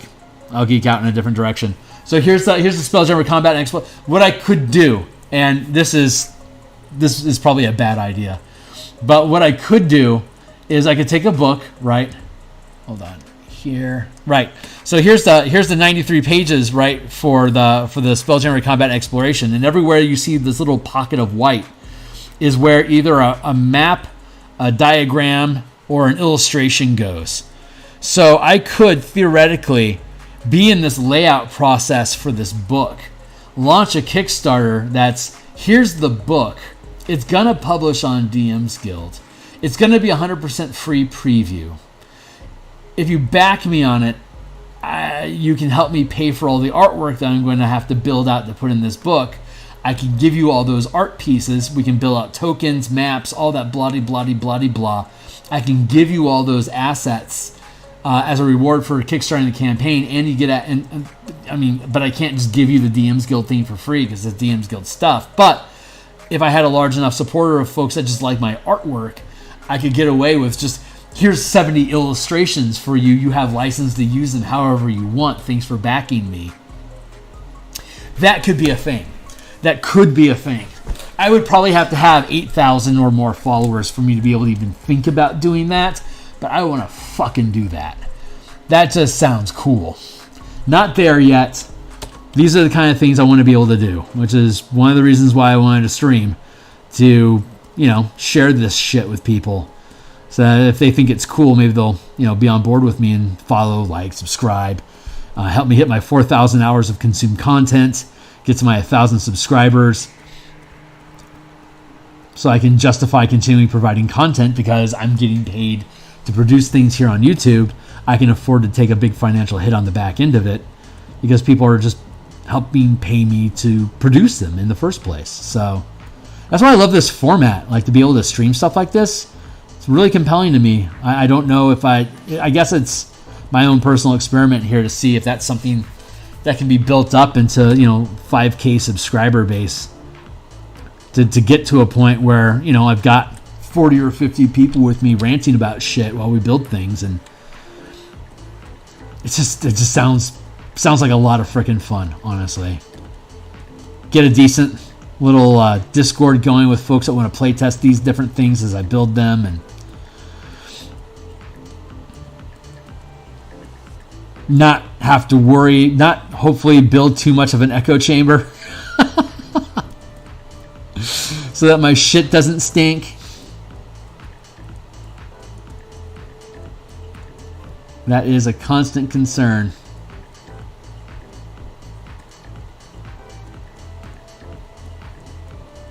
It's another reason why I slow cook things so much.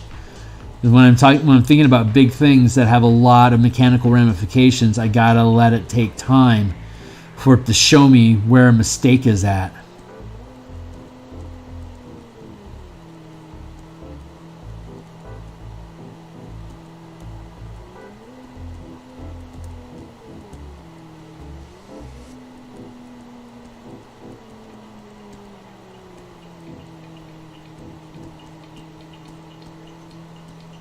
I would love to get to a place where I was able to do an Arcadia sort of thing, where I could hire a crew of people to build out an idea. Like, here's the idea that I have, guys.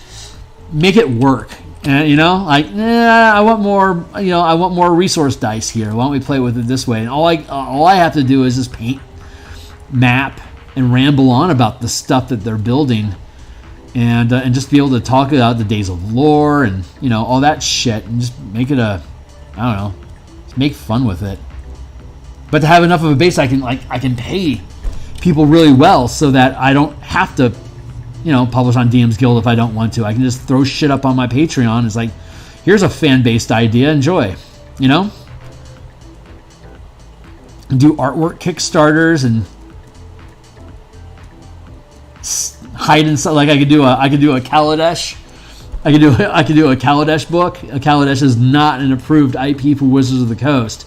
But if I release it all as fan content on a Patreon, and I'm getting $4,000 a month off of Patreon and stream from people that are willing to kickstart the artwork for me to do a bunch of Kaladesh shit,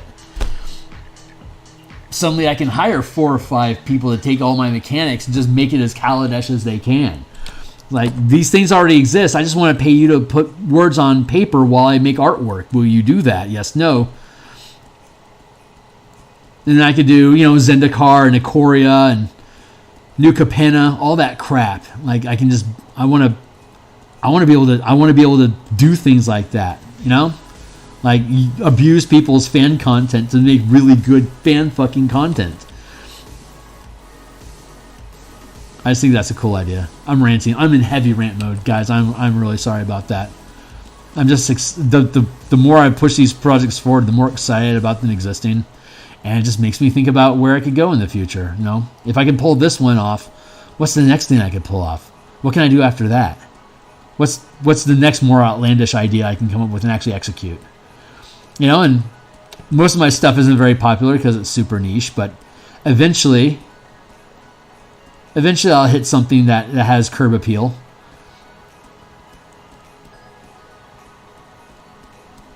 But I have to stay honest. I have to just keep building the way that I want to build, regardless of how successful it is. Because when I do hit, when I finally do hit that, my number comes up, I have to be maintaining my own integrity, so that when the people start showing up and I have no idea why they're showing up, that I don't change, that I'm still able to be the same person and have the same conversations that got me to where it is that I want to be. That I can still be that same person in that process and not get overwhelmed by it. The last thing I want to do is explode too quickly. And I don't want to have to think about where's my money coming from. Or, what do I need to do to keep people's attention? Or what kind of bullshit thing do I have to post today just because I need the algorithms to be fed today? Otherwise, I'm going to lose 20,000 subscribers. I don't know.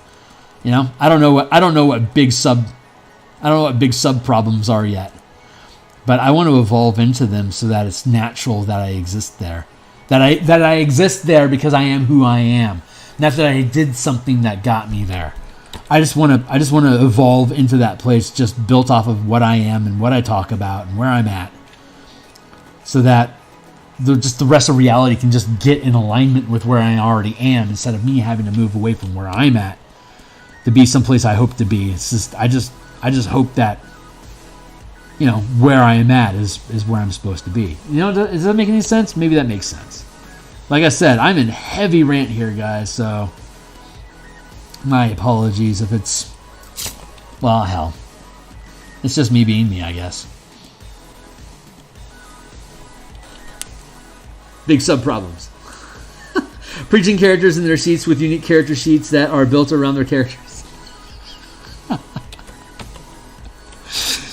You've been reading my notes.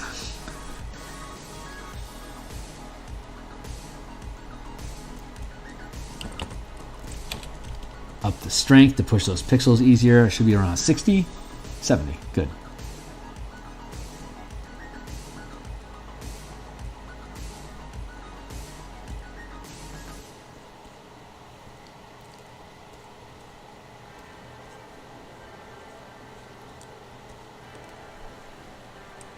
No, I can see the picture.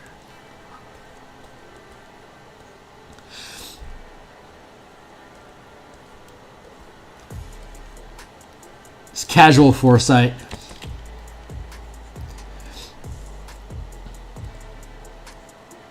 It's like that. It's like that blind archer trope from Record of Lodoss Wars. Like he has to keep the blindfold over his eyes, otherwise he sees so much reality that he goes blind. Great. Never misses a shot. Oh man, I've started watching Shadow and Bone the second season, and holy crap, that gunsmith is freaking cool. The gunslinger, he's got some crazy physical adept magic, man. His shit is so cool. Love it. Some of just the best just bullet magic I've seen in anything. It is glorious. Just him shredding a crowd of mooks is just... The second episode, he just shreds. Just shreds. It is gorgeous. That B-Team villain cast is just... They're cool. Like, I want the story to be about them all the time. Fuck your questy people and your, you know, A-plot character losers. Get out of the way. I want to see the Misfits shred shit. They're so fun.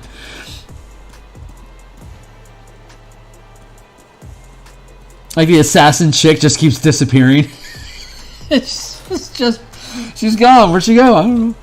It's great. And like she scares the gunsmith every time she just like pops back into existence. It's so awesome. Such a cool show. Love it.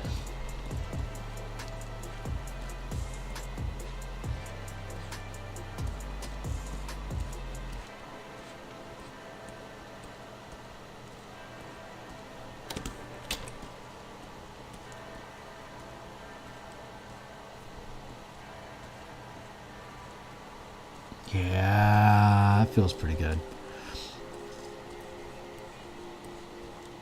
Let's just do like that. We'll do like that for now. And then we'll push all this. Similaries.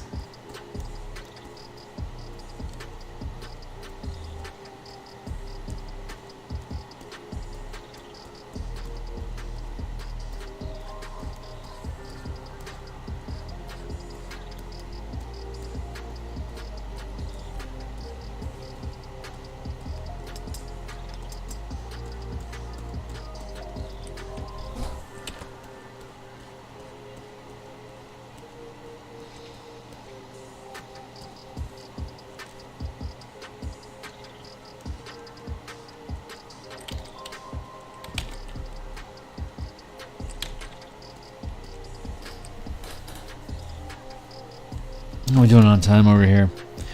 8:45. All right, I'm running out of time.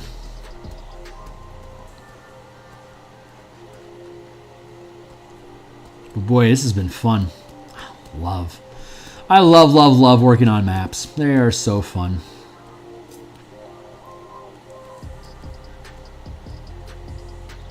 $74 fucking inches.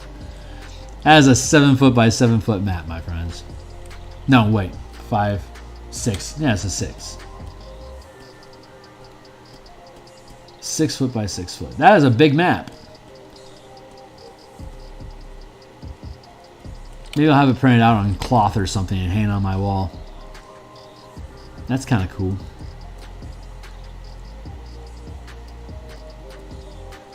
That actually would be cool. Have it just be something you can roll up, so you can unroll pieces of it as you go. That'd be kind of neat. Or you can get 2 of them. You can cut one out so you can fold up, like you can flip over. And as you go into new rooms, you can flip over the fabric. That's kind of cool. God, that would be a nightmare Kickstarter project.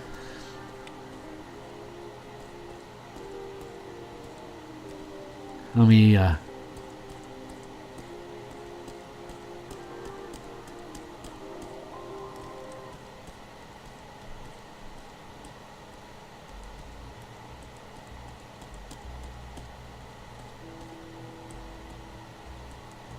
I'm kind of thinking about that, and it's cool. God, I don't want to have to hire a Nike sweatshop just to fulfill a Kickstarter campaign. I gotta say no to that. That just feels. The more I'm thinking about what would be the process of having a cloth 6 foot map of this be provided as a Kickstarter, and I just like, how many 8-year-olds are gonna have their fingers bleed to make something like that? I can't do it. I'm just gonna have to stay digital. I just can't.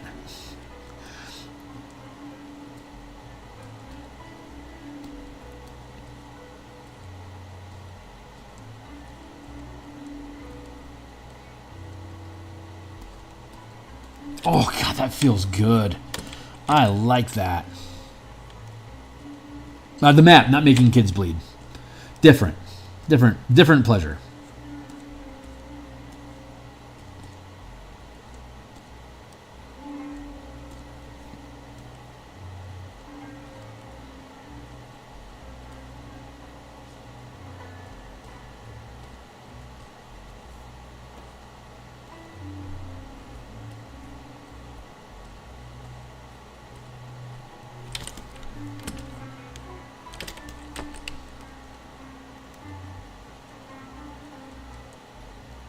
Oh my God, Phil, can you give it a rest? No, I really can't.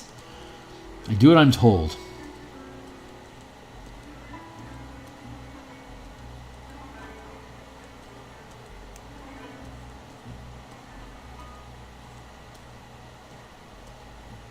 Don't question the muse. She can see the future. Literally can see the future. And she is bored with how slow it takes for reality to render.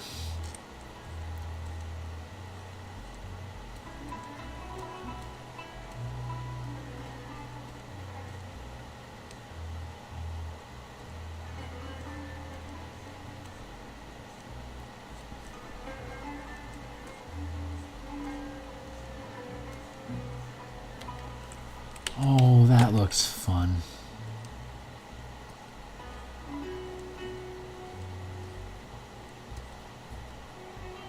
I feel like I'm evolving here.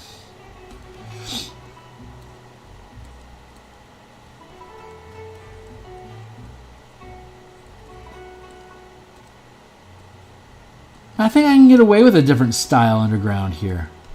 I just think that's I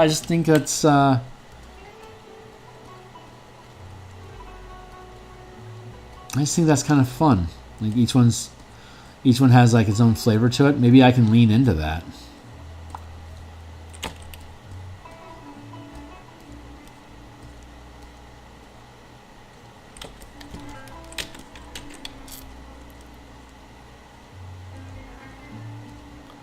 All right, Kearney, don't go screwing this stuff up. I can just layer some stuff in over that. Let's get back into this pit.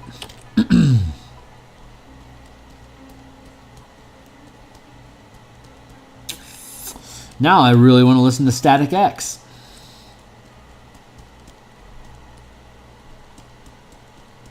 They got pretty good grindy music. It's like it's kind of bouncy. Yeah, I'd say Static X is aggressive bouncy music.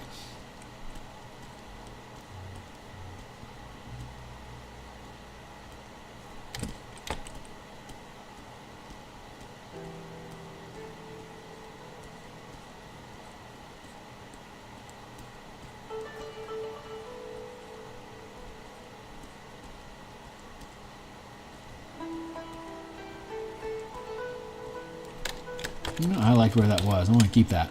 Let's make that smaller.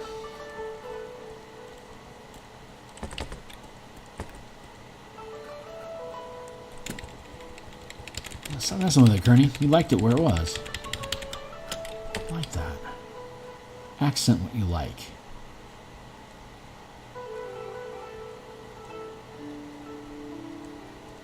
There we go.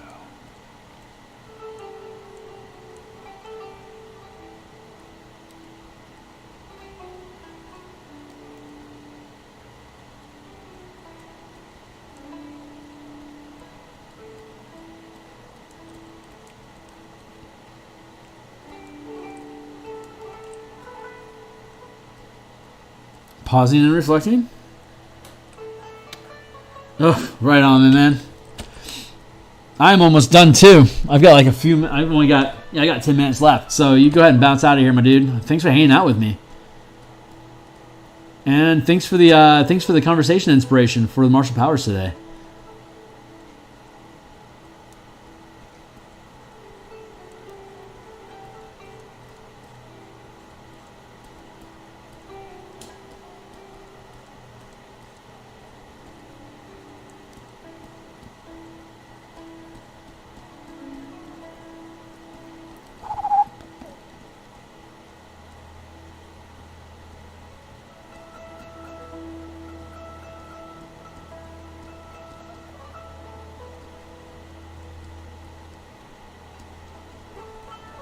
That's fun. I like that.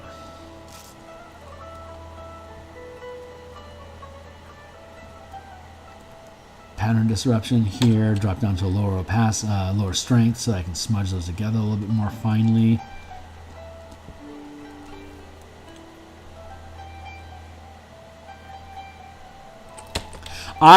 This upcoming Monday, I'm focusing on a reaction opportunist control tank build. But I am happy to play with a lobber the following week. Those things are fun to do.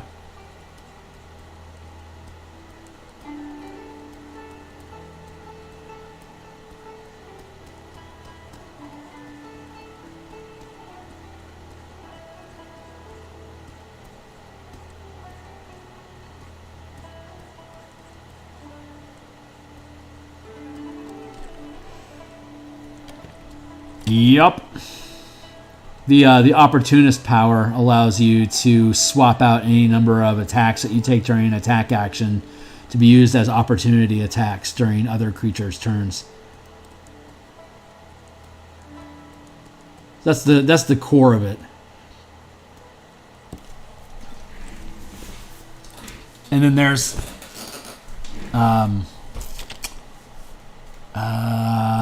then all the different strike powers and exploits that can stack up on top of that. So that's what we'll be exploring, like lockdowns, controls, repelling, condition, like applying conditions, stuff like that. And I think I might have a couple extra powers that I can bend into that.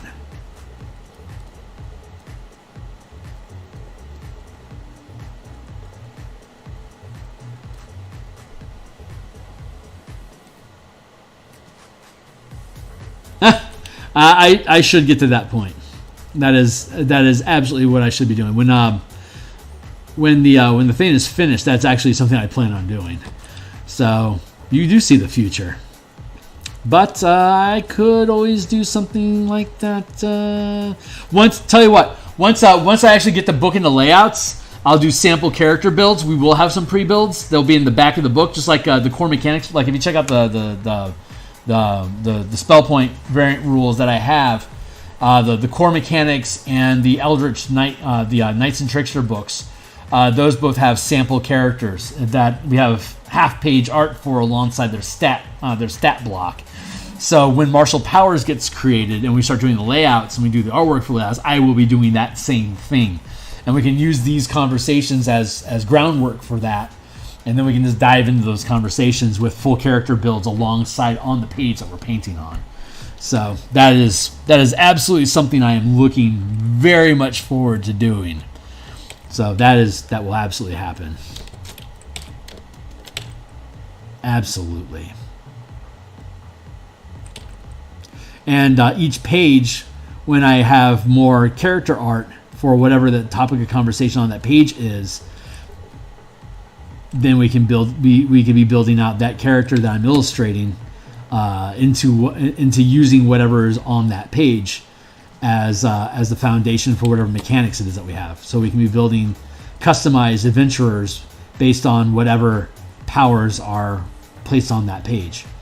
So should be fun. Should be fun. Let me do this. But that won't be until probably August or September. I think that's when we're going to start seeing that. It's a whiles away, but it'll be here before you know it. And the Powers book itself will probably be going into edits. I reckon in June. I've pushed that back a few times. I originally wanted it in edits in April, but I really got to make sure I get Spelljammer and this Eberron adventure taken care of before I try pushing into Martial Powers at all, because that book is going to consume me. I fucking love Martial Powers so much.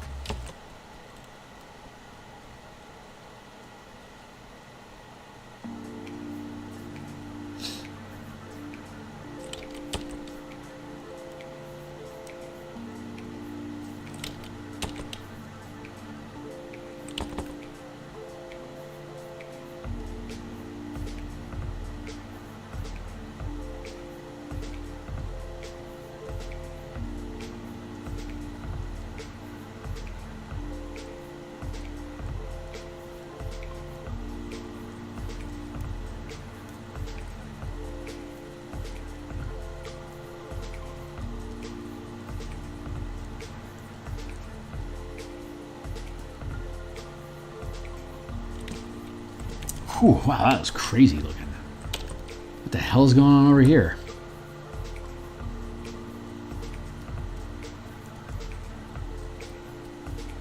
Oh, this is cool.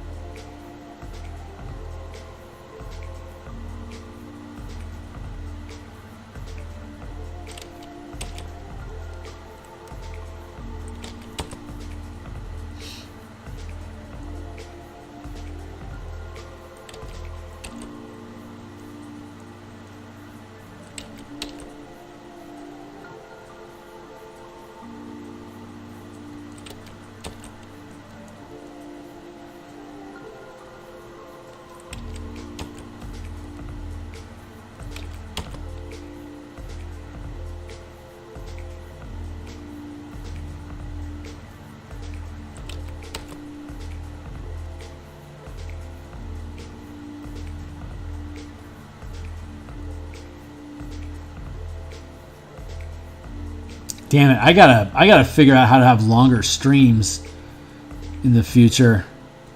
I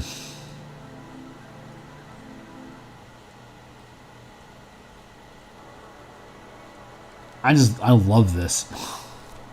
I love where I'm at right now with this art. This is so much fun.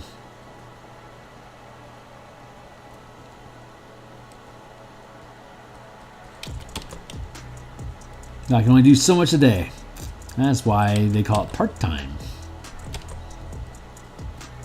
Another good reason for me to jump up in numbers so I can make this. God, I would just be so head over heels if I was able to do this 10 hours a day. That would just, oh my fucking God. Give me that. Like 50-hour weeks during weekdays and like completely just turn it off on the weekends. It's like run D&D games on Saturday instead. Oh God, the dream. The dream of having D&D be my full-time job so I can make playing D&D my hobby again.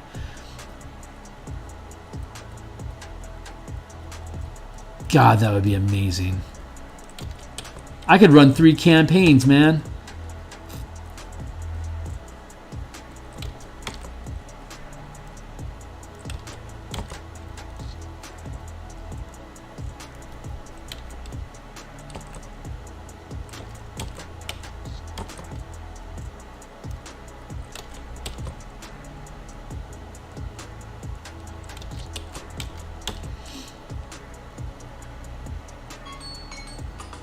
Thank you.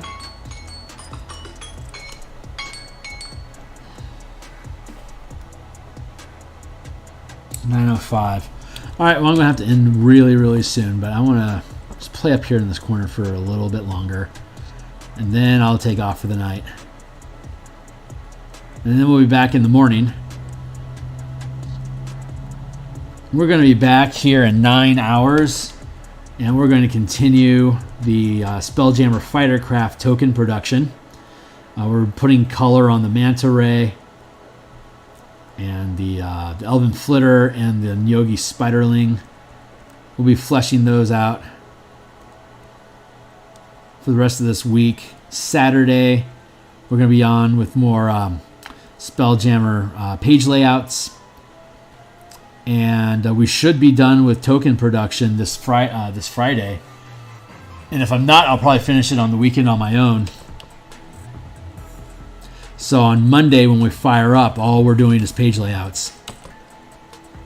I don't know how popular that's going to be, but it's work that's got to get done, so I'm going to do it.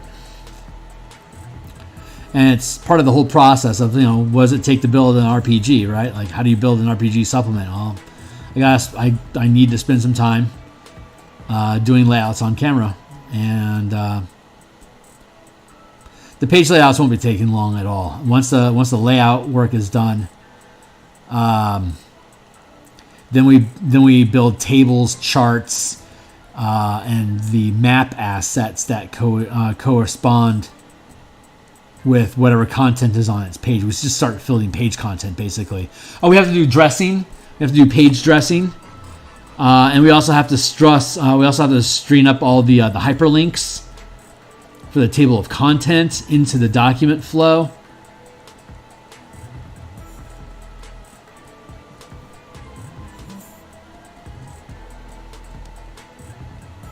So there's a lot of annoying little technical bits that need to be done that I'll happily bore you guys with on stream here for a little while.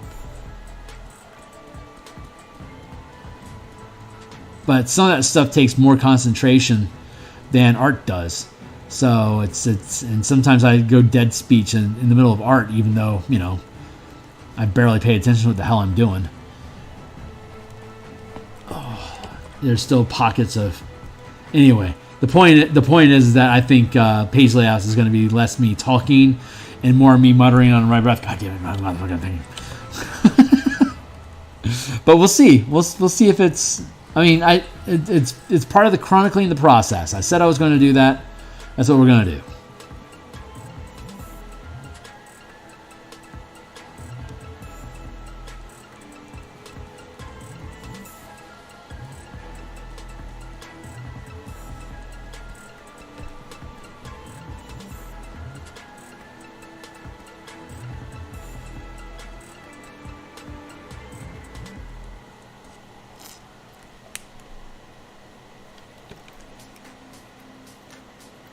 Later, my man.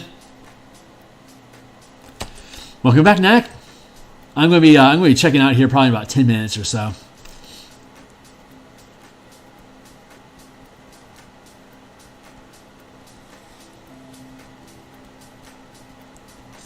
Have some wind down time before bed claims me and get up, do it again.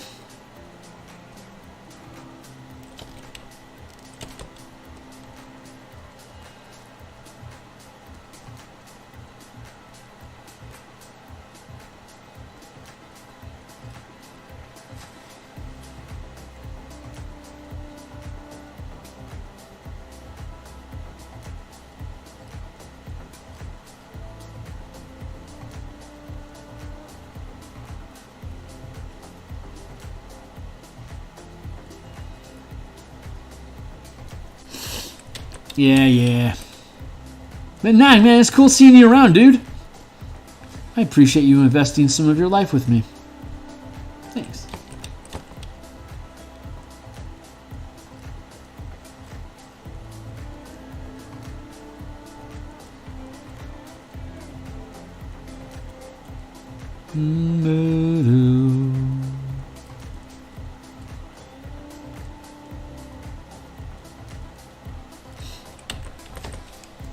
You bet, buddy.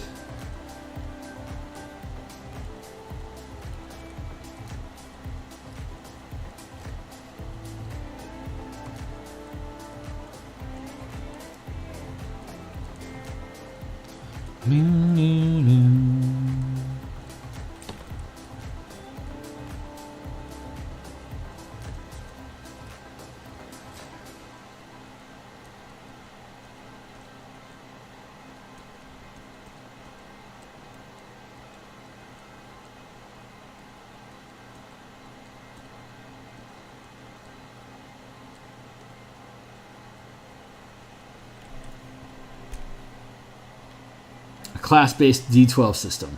Because why not? Yeah, nice.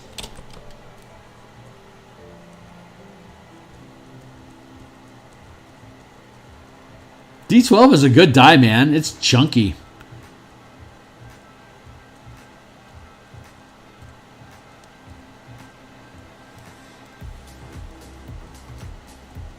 I always find the broad surfaces of the D12 are less conducive to rolling well, so I always make sure I bounce my D12s. Like, nothing assures randomness like bouncing them off of something, you know? The D12 and the D4, I think, are the only ones that really need that, although I think a D8, it's on the 4s, yo. D4s, D8s, D12s, those are the good dice to bounce off corners.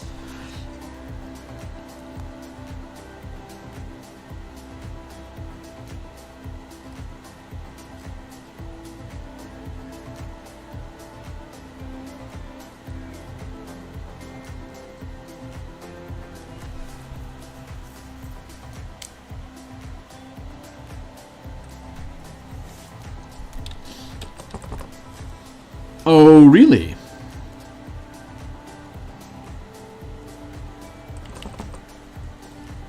Is it a fantasy setting, modern, future?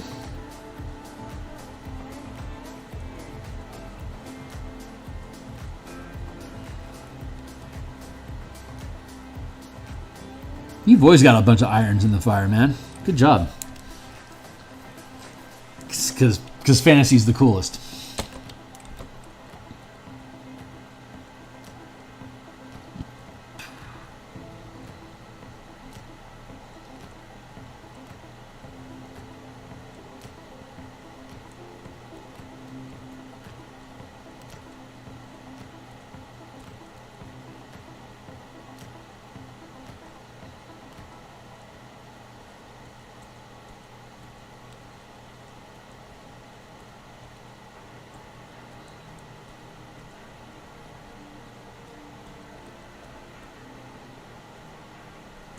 Nice.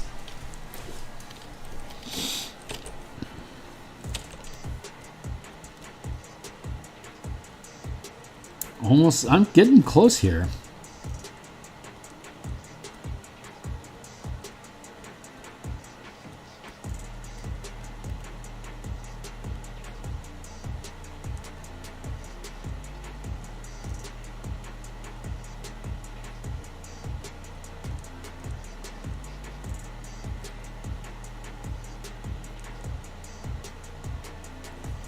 I mean, at some point the thing's just done. It's not there yet, obviously, but it's getting there.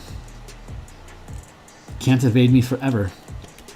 The class I have in mind is a sort of a mix between a monk and a barbarian, with a lot of mystical theme of the monk and a rogue-esque battle trance, a rage-esque battle trance feature like the barbarian. I can't think of a name for it for the life of me. You know, a monk-barbarian blend always reminds me of the Sohi from Oriental Adventures, first edition. I don't know what the flavor of the culture is, and appropriation is always an issue these days. So I wouldn't necessarily say that, but there's something about monk and rage and focus always just feels like such a like a warrior monk, you know, like that berserkerness, that battle rage is like a focused fury, you know. It doesn't have to be some sort of, I mean, you can flavor it as chaotic, but you can also flavor it as it's like deep combat meditation.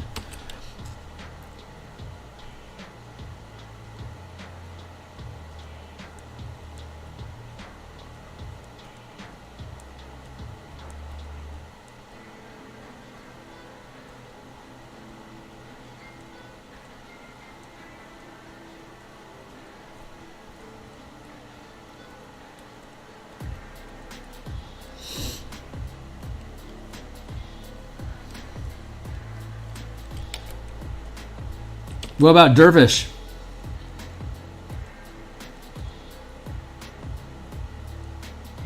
Or Battle Dancer? Those are cool evocative names.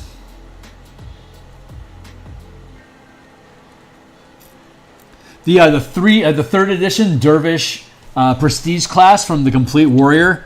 It was you maintained a dance. It was a barbarian subclass, or an alternate class that you had a battle dance that you would enter, and it allowed you to make a number of attacks based on the movement, the amount of movement that you would make in a round. So I've seen dervishes that feel very similar to monk barbarian mixes. I don't know if there's appropriation involved with that or not, but it's a cool name, like Battle Dervish. That could work.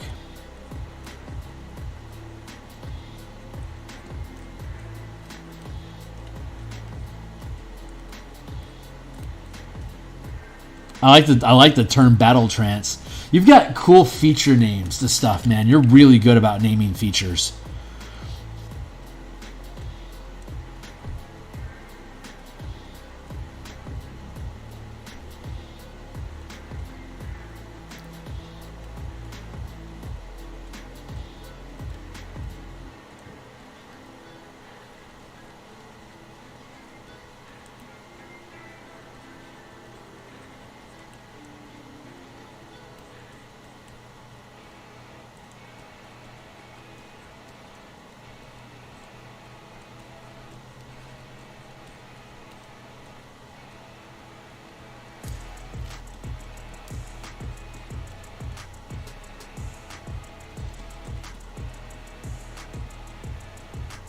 I like that song.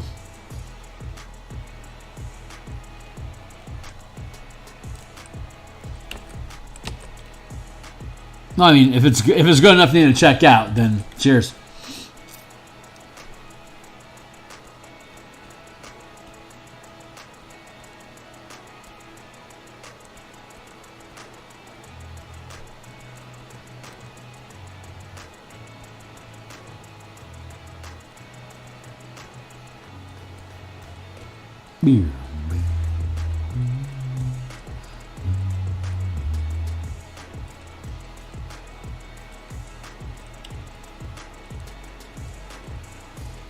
Nice. I am liking.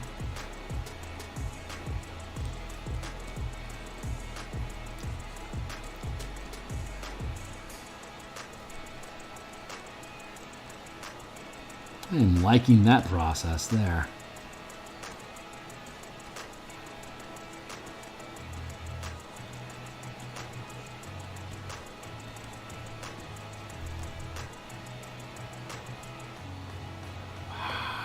Are you kidding me? Look how good that looks. That's so good. God damn it, I'm evolving. I'm in the middle of fucking evolving. I'm the last goddamn painting.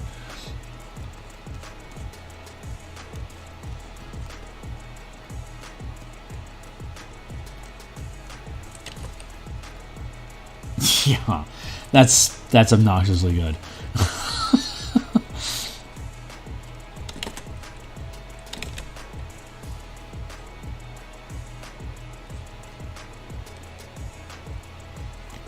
God, this is just so freaking cool.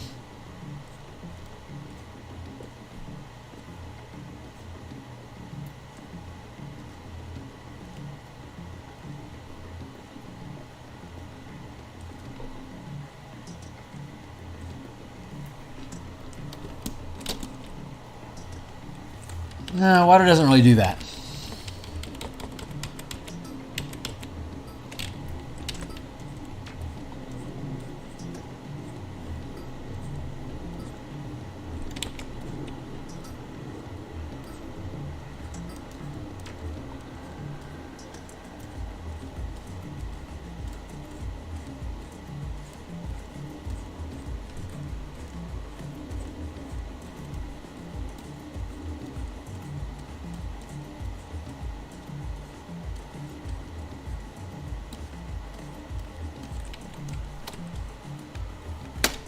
Nope.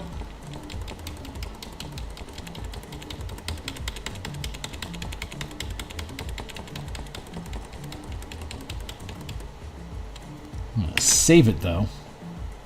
Ah, yeah. That's where this comes from. Right on. Okay. God. Damn it, I am getting better.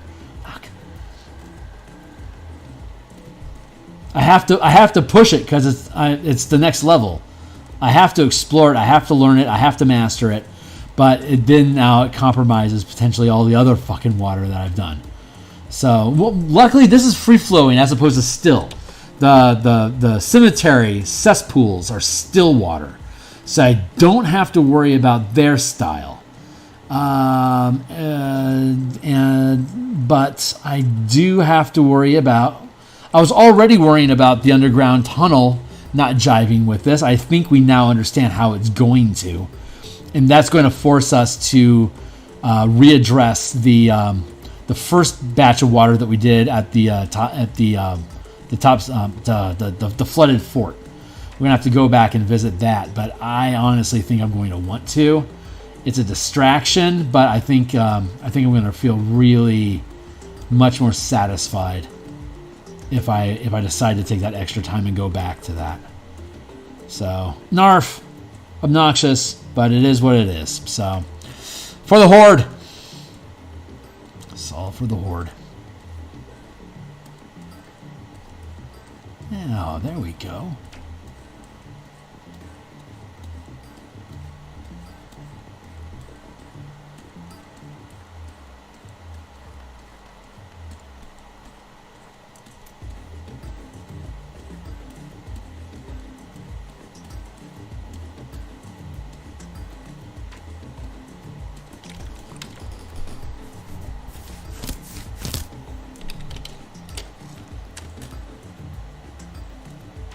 Flagellant could also be a possible. What? I don't. That doesn't sound. I don't think that means what I think it means.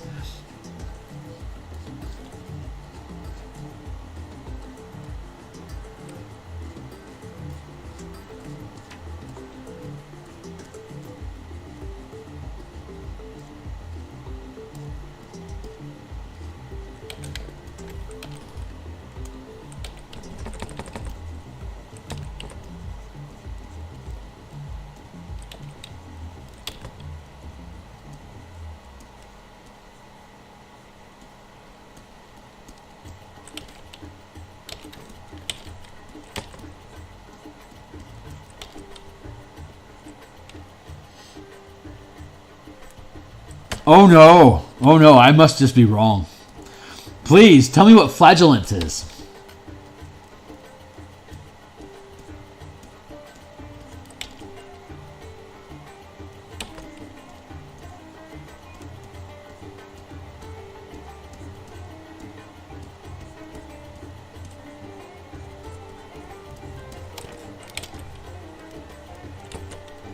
way of doing things like this? I don't know.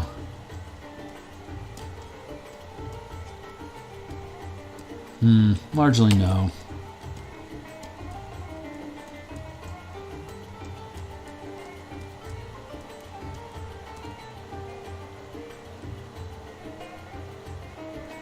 Oh, fascinating. That sounds like a super anti-edgelord blood gore theme. I would like to know more about your world before agreeing that's a good idea, my man.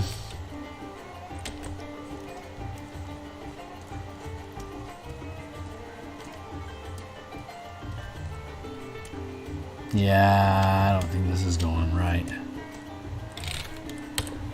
Damn it, this looks so good over here. How do I get that? I over-smudged all this stuff. Like, I can still see it here. That looks really good. Fuck.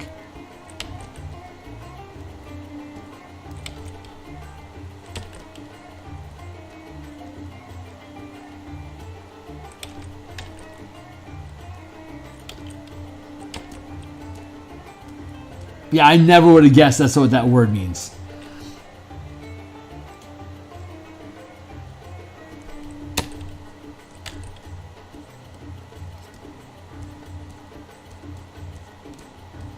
But, I mean, hey, you're trying to think outside of the box to find the right solution for the problem. So, I commend you there, my sir.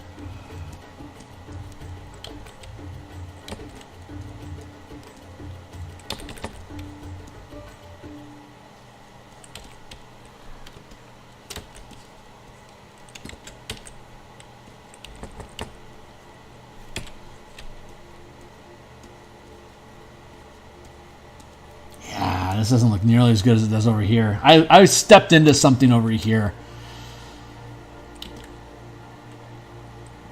I was finding something over there. There was something there. Alas, earwax. I don't have it yet. I felt it. I caught a glimpse of it. It's not mine yet, though. That is a good indication that I should be... Oof, boy, I've really mucked this one up. Actually, I'm kind of happy with that. Oh, I don't want to get into that. I want to stay over here. I want to keep that stuff as is. Yeah, something like that. Yeah!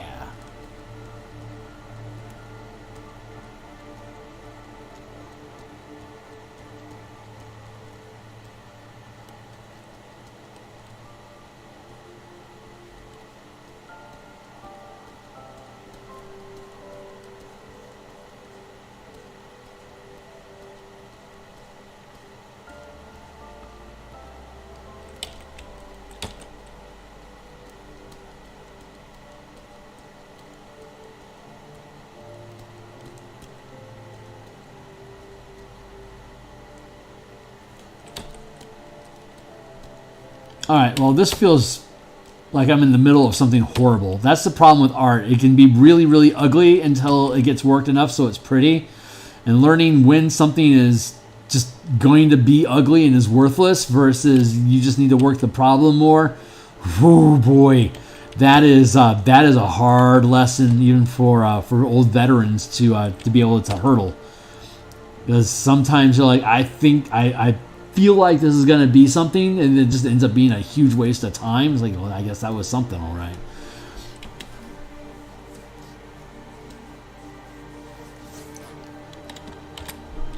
Currently, it's pretty freaking ugly. So all I need to do is step away from that area, get back into just basic Warl, where I can feel safe and things are normal.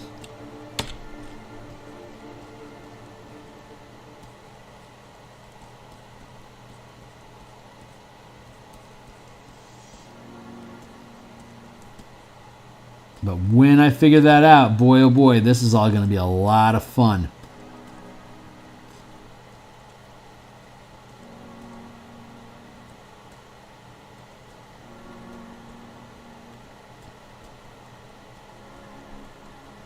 I think actually the trick is to have multiple layers and have one of them be, the top layer be partially, like, I'm going to do this. Duplicate the layer. I'm going to drop the opacity on this down.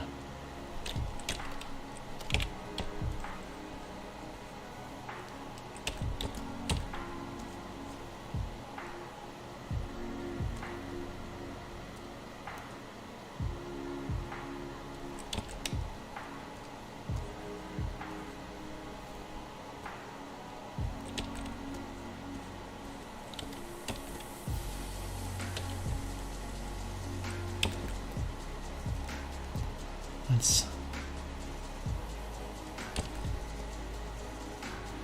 I wonder if I can get away with like this.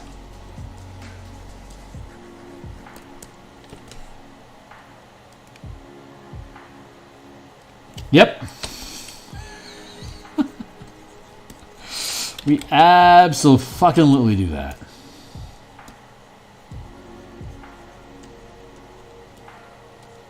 Because I think it can be better. So you have to kind of know like where do you need to take your you know, when do you need to call it quits because it's not going to get any better.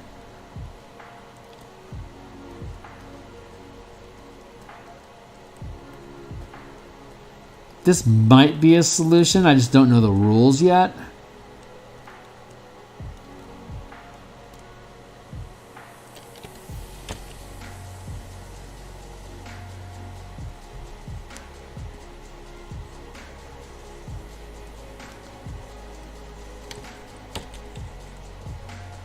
Like I might be able to get away with something like this. I don't know.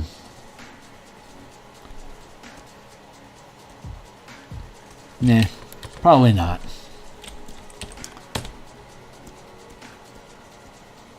Just gonna work on blending this all in, and then we'll figure it out.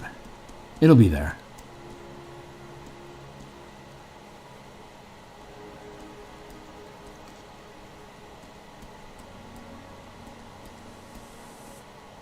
Uh-oh, button.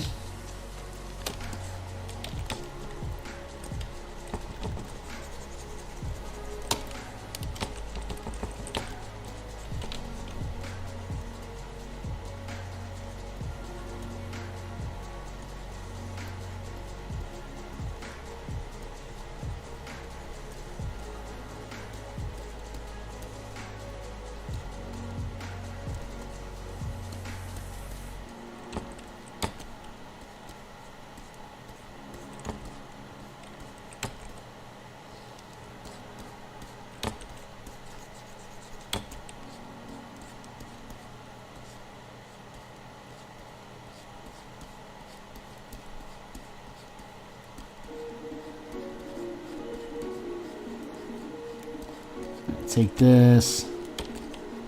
It's about like that.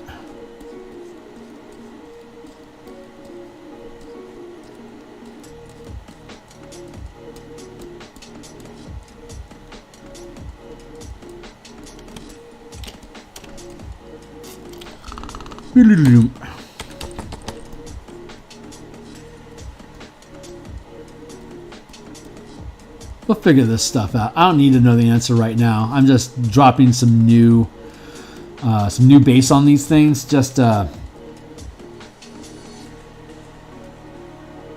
basically tell myself that I can always start over again without destroying things.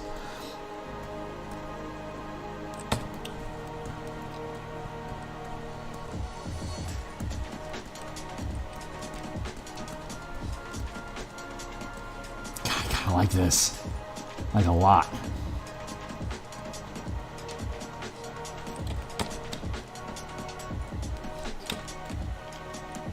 Personally, I think in 5e at least, it's kind of a hot mess of mechanical half steps of Orientalist themes, but I think it has a lot of potential conceptually. What are your thoughts on the monk as a class, both thematically and mechanically? Yeah, I think.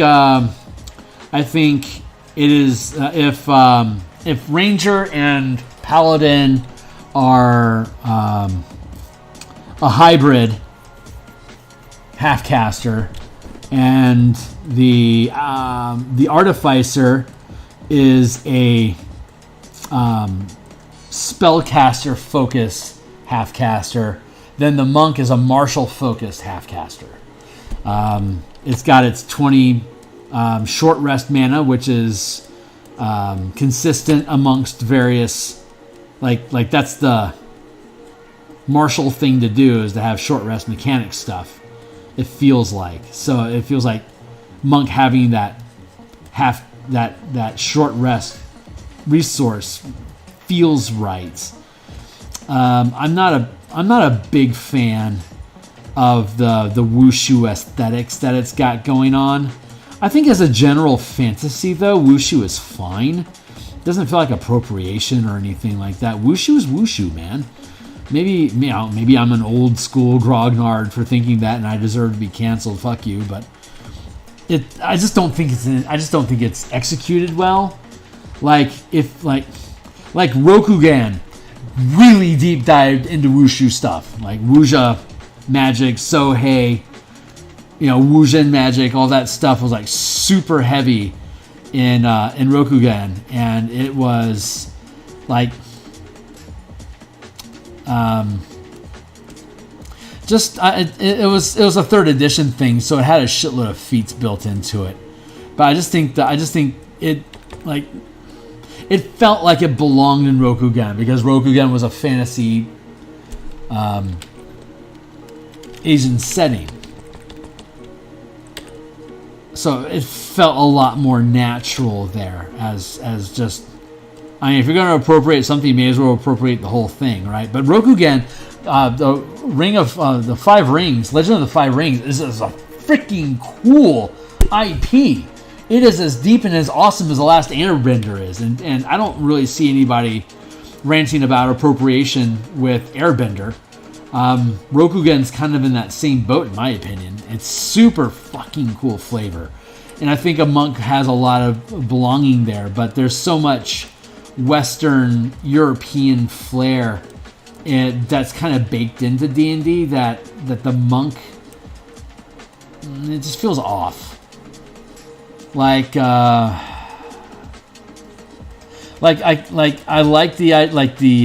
don't like how they built the Kensei, but I like the idea of the Kensei.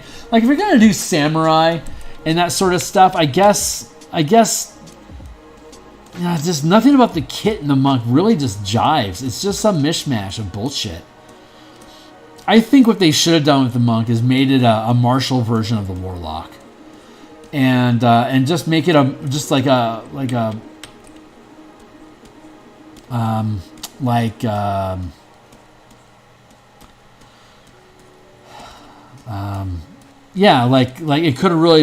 could really be, if it leaned more into weapons and allowed for armor, it could really lean into the Gish.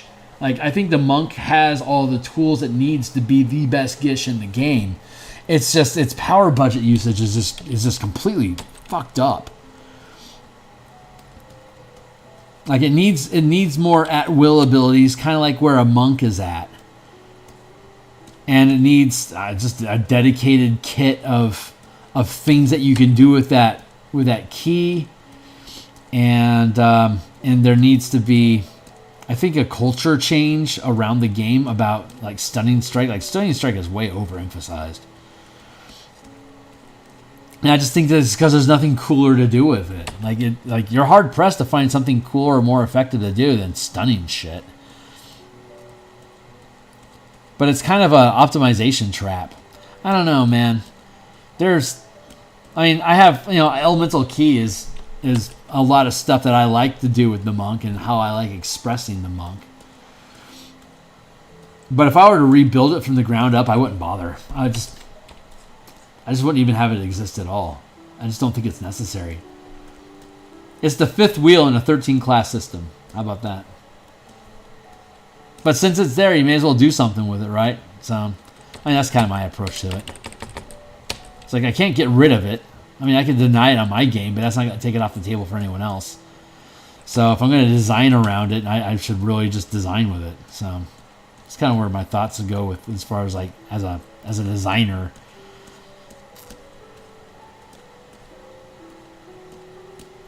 I just don't think it has enough gas in its tank to really be able to consistently express its design intention, and I just think that the wushu stuff is mismanaged in a Western European fantasy setting.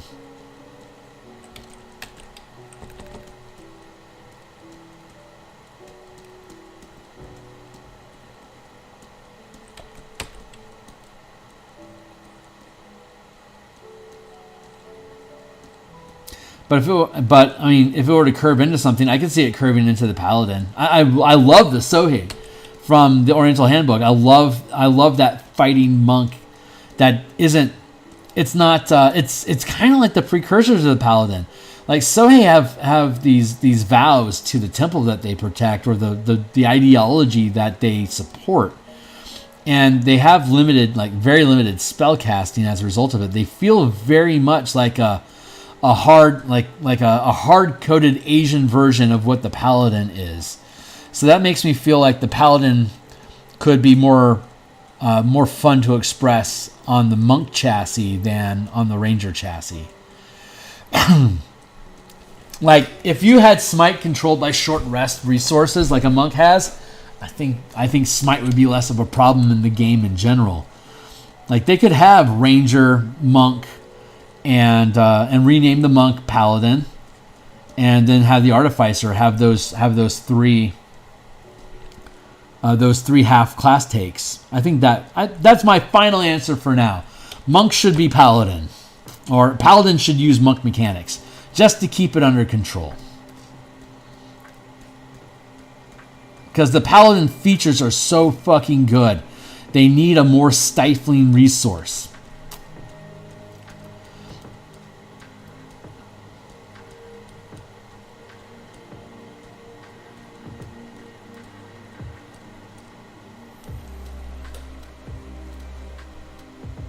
Yeah, I know. I'm well aware of your opinion about the hybrids, and I think you have a lot of justification there. I myself, I love the mechanics of mana. Duh, that's kind of my spiel. So I value and covet the hybrid class as a really great design space to have martial and magic stuff blending together, which is why we see so many Gishes as hybrid classes. I think folks in generally agree with that, but it's again, execution is a bitch.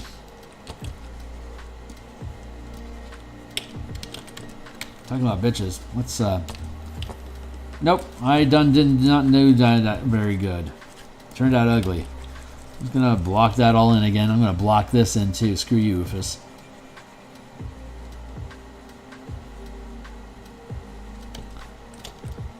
I think there's potential over here still. I don't think I've tapped into it properly.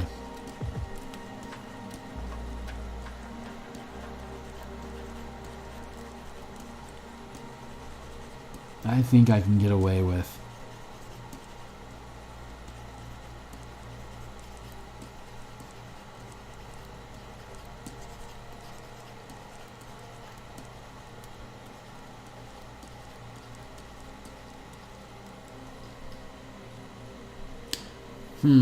So Monk Paladins being the same is also good. I personally went for... See, I think Monk and Barbarian are fucking cool too. I think that's a great space. Yeah. I think everything could... I want a game where everything is either like a half-caster hybrid or a Warlock. Like, I think those should be the only two class chassis. And then have just more variety of what you can spend key points on. So that they both have a short... Like the marshals... Like the monk only has its 20 key per rest, right? While the warlock has its 20 key per short rest, but then has its high magic, which are once per day abilities. I think just that's a super fucking simple system. Yeah, absolutely. But you would have a lot more rituals available. That a wizard would be able to do more things with rituals, or like a wizard could cast beyond their normal mana capacity by like having to do ability checks, something like that. Like give them like a more button. But I think wizard, I think just warlock in general sits well as a chassis. I think cleric could be a divine artificer. I think the infusions could be blessings. So you could do a bunch of really cool divine themed stuff using the artificer chassis already. I don't think we need 13 classes. I think we only need 2 class structures, but then more ways to permutate those things. Like in the first 3 levels, like your first 2 levels, you establish like are you going more of a martial skill bend or are you going more of a spellcasty bend? And then at the 3rd level plus, then you really lean into that stuff. But I don't really know what that means. That's just buzzwords I'm throwing around that kind of expresses the flavor that I'm looking for. But like Artificer being a wizard versus divine chassis, divine features inside of the Artificer chassis totally makes sense. Warlock as the base for wizard, druid, or like maybe sorcerer, druid, and then you don't need a warlock. Warlock could be like that warlock space. That could be more like wizard, where you're getting just more access to rituals and have like a, I don't know, maybe not. That's not a complete thought. I'm going to end that one there. But I think it could be stripped down a lot. Like if we got rid of full casting, I think a lot of the power balance issues between different classes would just disappear. It's the full casting versus martial resources and the diversity that's a problem. Like I'm fine with wizards having a big spell book if all of those big spells take a while to cast.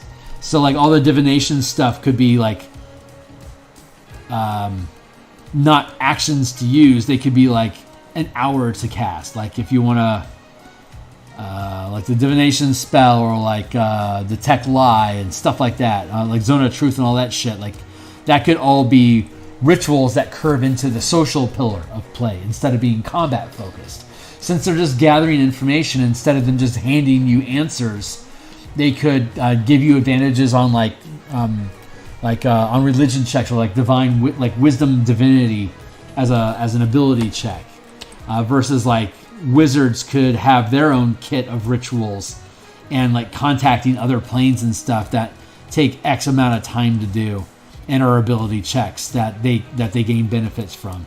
So that combat stuff would have a completely different resource than divination and exploration stuff because they work in different timing modes. So like if time is loosey-goosey in your conversation, then the casting resource can be loosey-goosey too, because if it's just facilitating the conversation, then there's no problem with it being a ritual. It's just that's what your wizard's doing right now. He's using one of his learned spell resources today to get an advantage on a die roll, for instance. But it's not thought out. It's not thought out. I just know for combat, Warlock and hybrid casters pretty much balance the equation. I mean, they're kind of the same thing. It's like you could take a hybrid and just give it more, like give a fighter class, like give the ranger fighter attack progression, and that's a pretty strong martial hybrid. Give that, instead of multiple attacks, give them high magic 6th, 7th, 8th, 9th level, and that's a warlock. And the invocations are the grab bag of like the bag of feats that you can distribute between these things. But you only really need those two paths. They're different enough that it comes down to class features and what kind of invocations do they have access to, and what kind of spells they have access to. So, like divination, arcane, and then martial powers. Like those are like three paths that I could take if I were to build a 5e variant. I would totally go that direction because hybrids are freaking awesome. They're balanced. They do their job well. And if you have enough options, they can go down multiple paths. So I'd be good with keeping like the key resource for basically the combat shit. Like that's your combat resource. It's on a short rest. You can reduce a short rest down to like 10 minutes. And just lessen the amount of mechanical impact that combat stuff can do. Instead of doing like, 16d10 damage or something like that at the higher level, that's crazy crap. Keep it really more grounded. I don't know. These are only half thoughts. And my computer locked up. So I have to close down the program, and it's time for me to close down my day anyway. But Knack, I can rant with you forever on Discord about design philosophy there, but that's some of my preferences. The hybrid and the warlock, I think can just cover everything. I love them. Anyway, that's it for my day. I'm going to be back in 8 hours. I'll be back in 8 hours doing Spelljammer tokens And then I'll be doing that on Tuesday morning, Wednesday morning, Thursday morning. I'll be back Thursday night to do more Eberron progression. Then Friday morning tokens. Hopefully you'll have those tokens finished up by then. Saturday, we're going to do Spelljammer page layouts. And then that hopefully means that we'll finish up with the initial layouts. And then on Monday morning next week, we'll start doing background, page background and texture stuff. And corner doodles for like filigree on the side, the page dressing. Hopefully we'll be doing that next week for Spelljammer. Yeah, that's a pretty good clip. I'm looking forward to that. Anyway, we're done for now. I'm hitting save.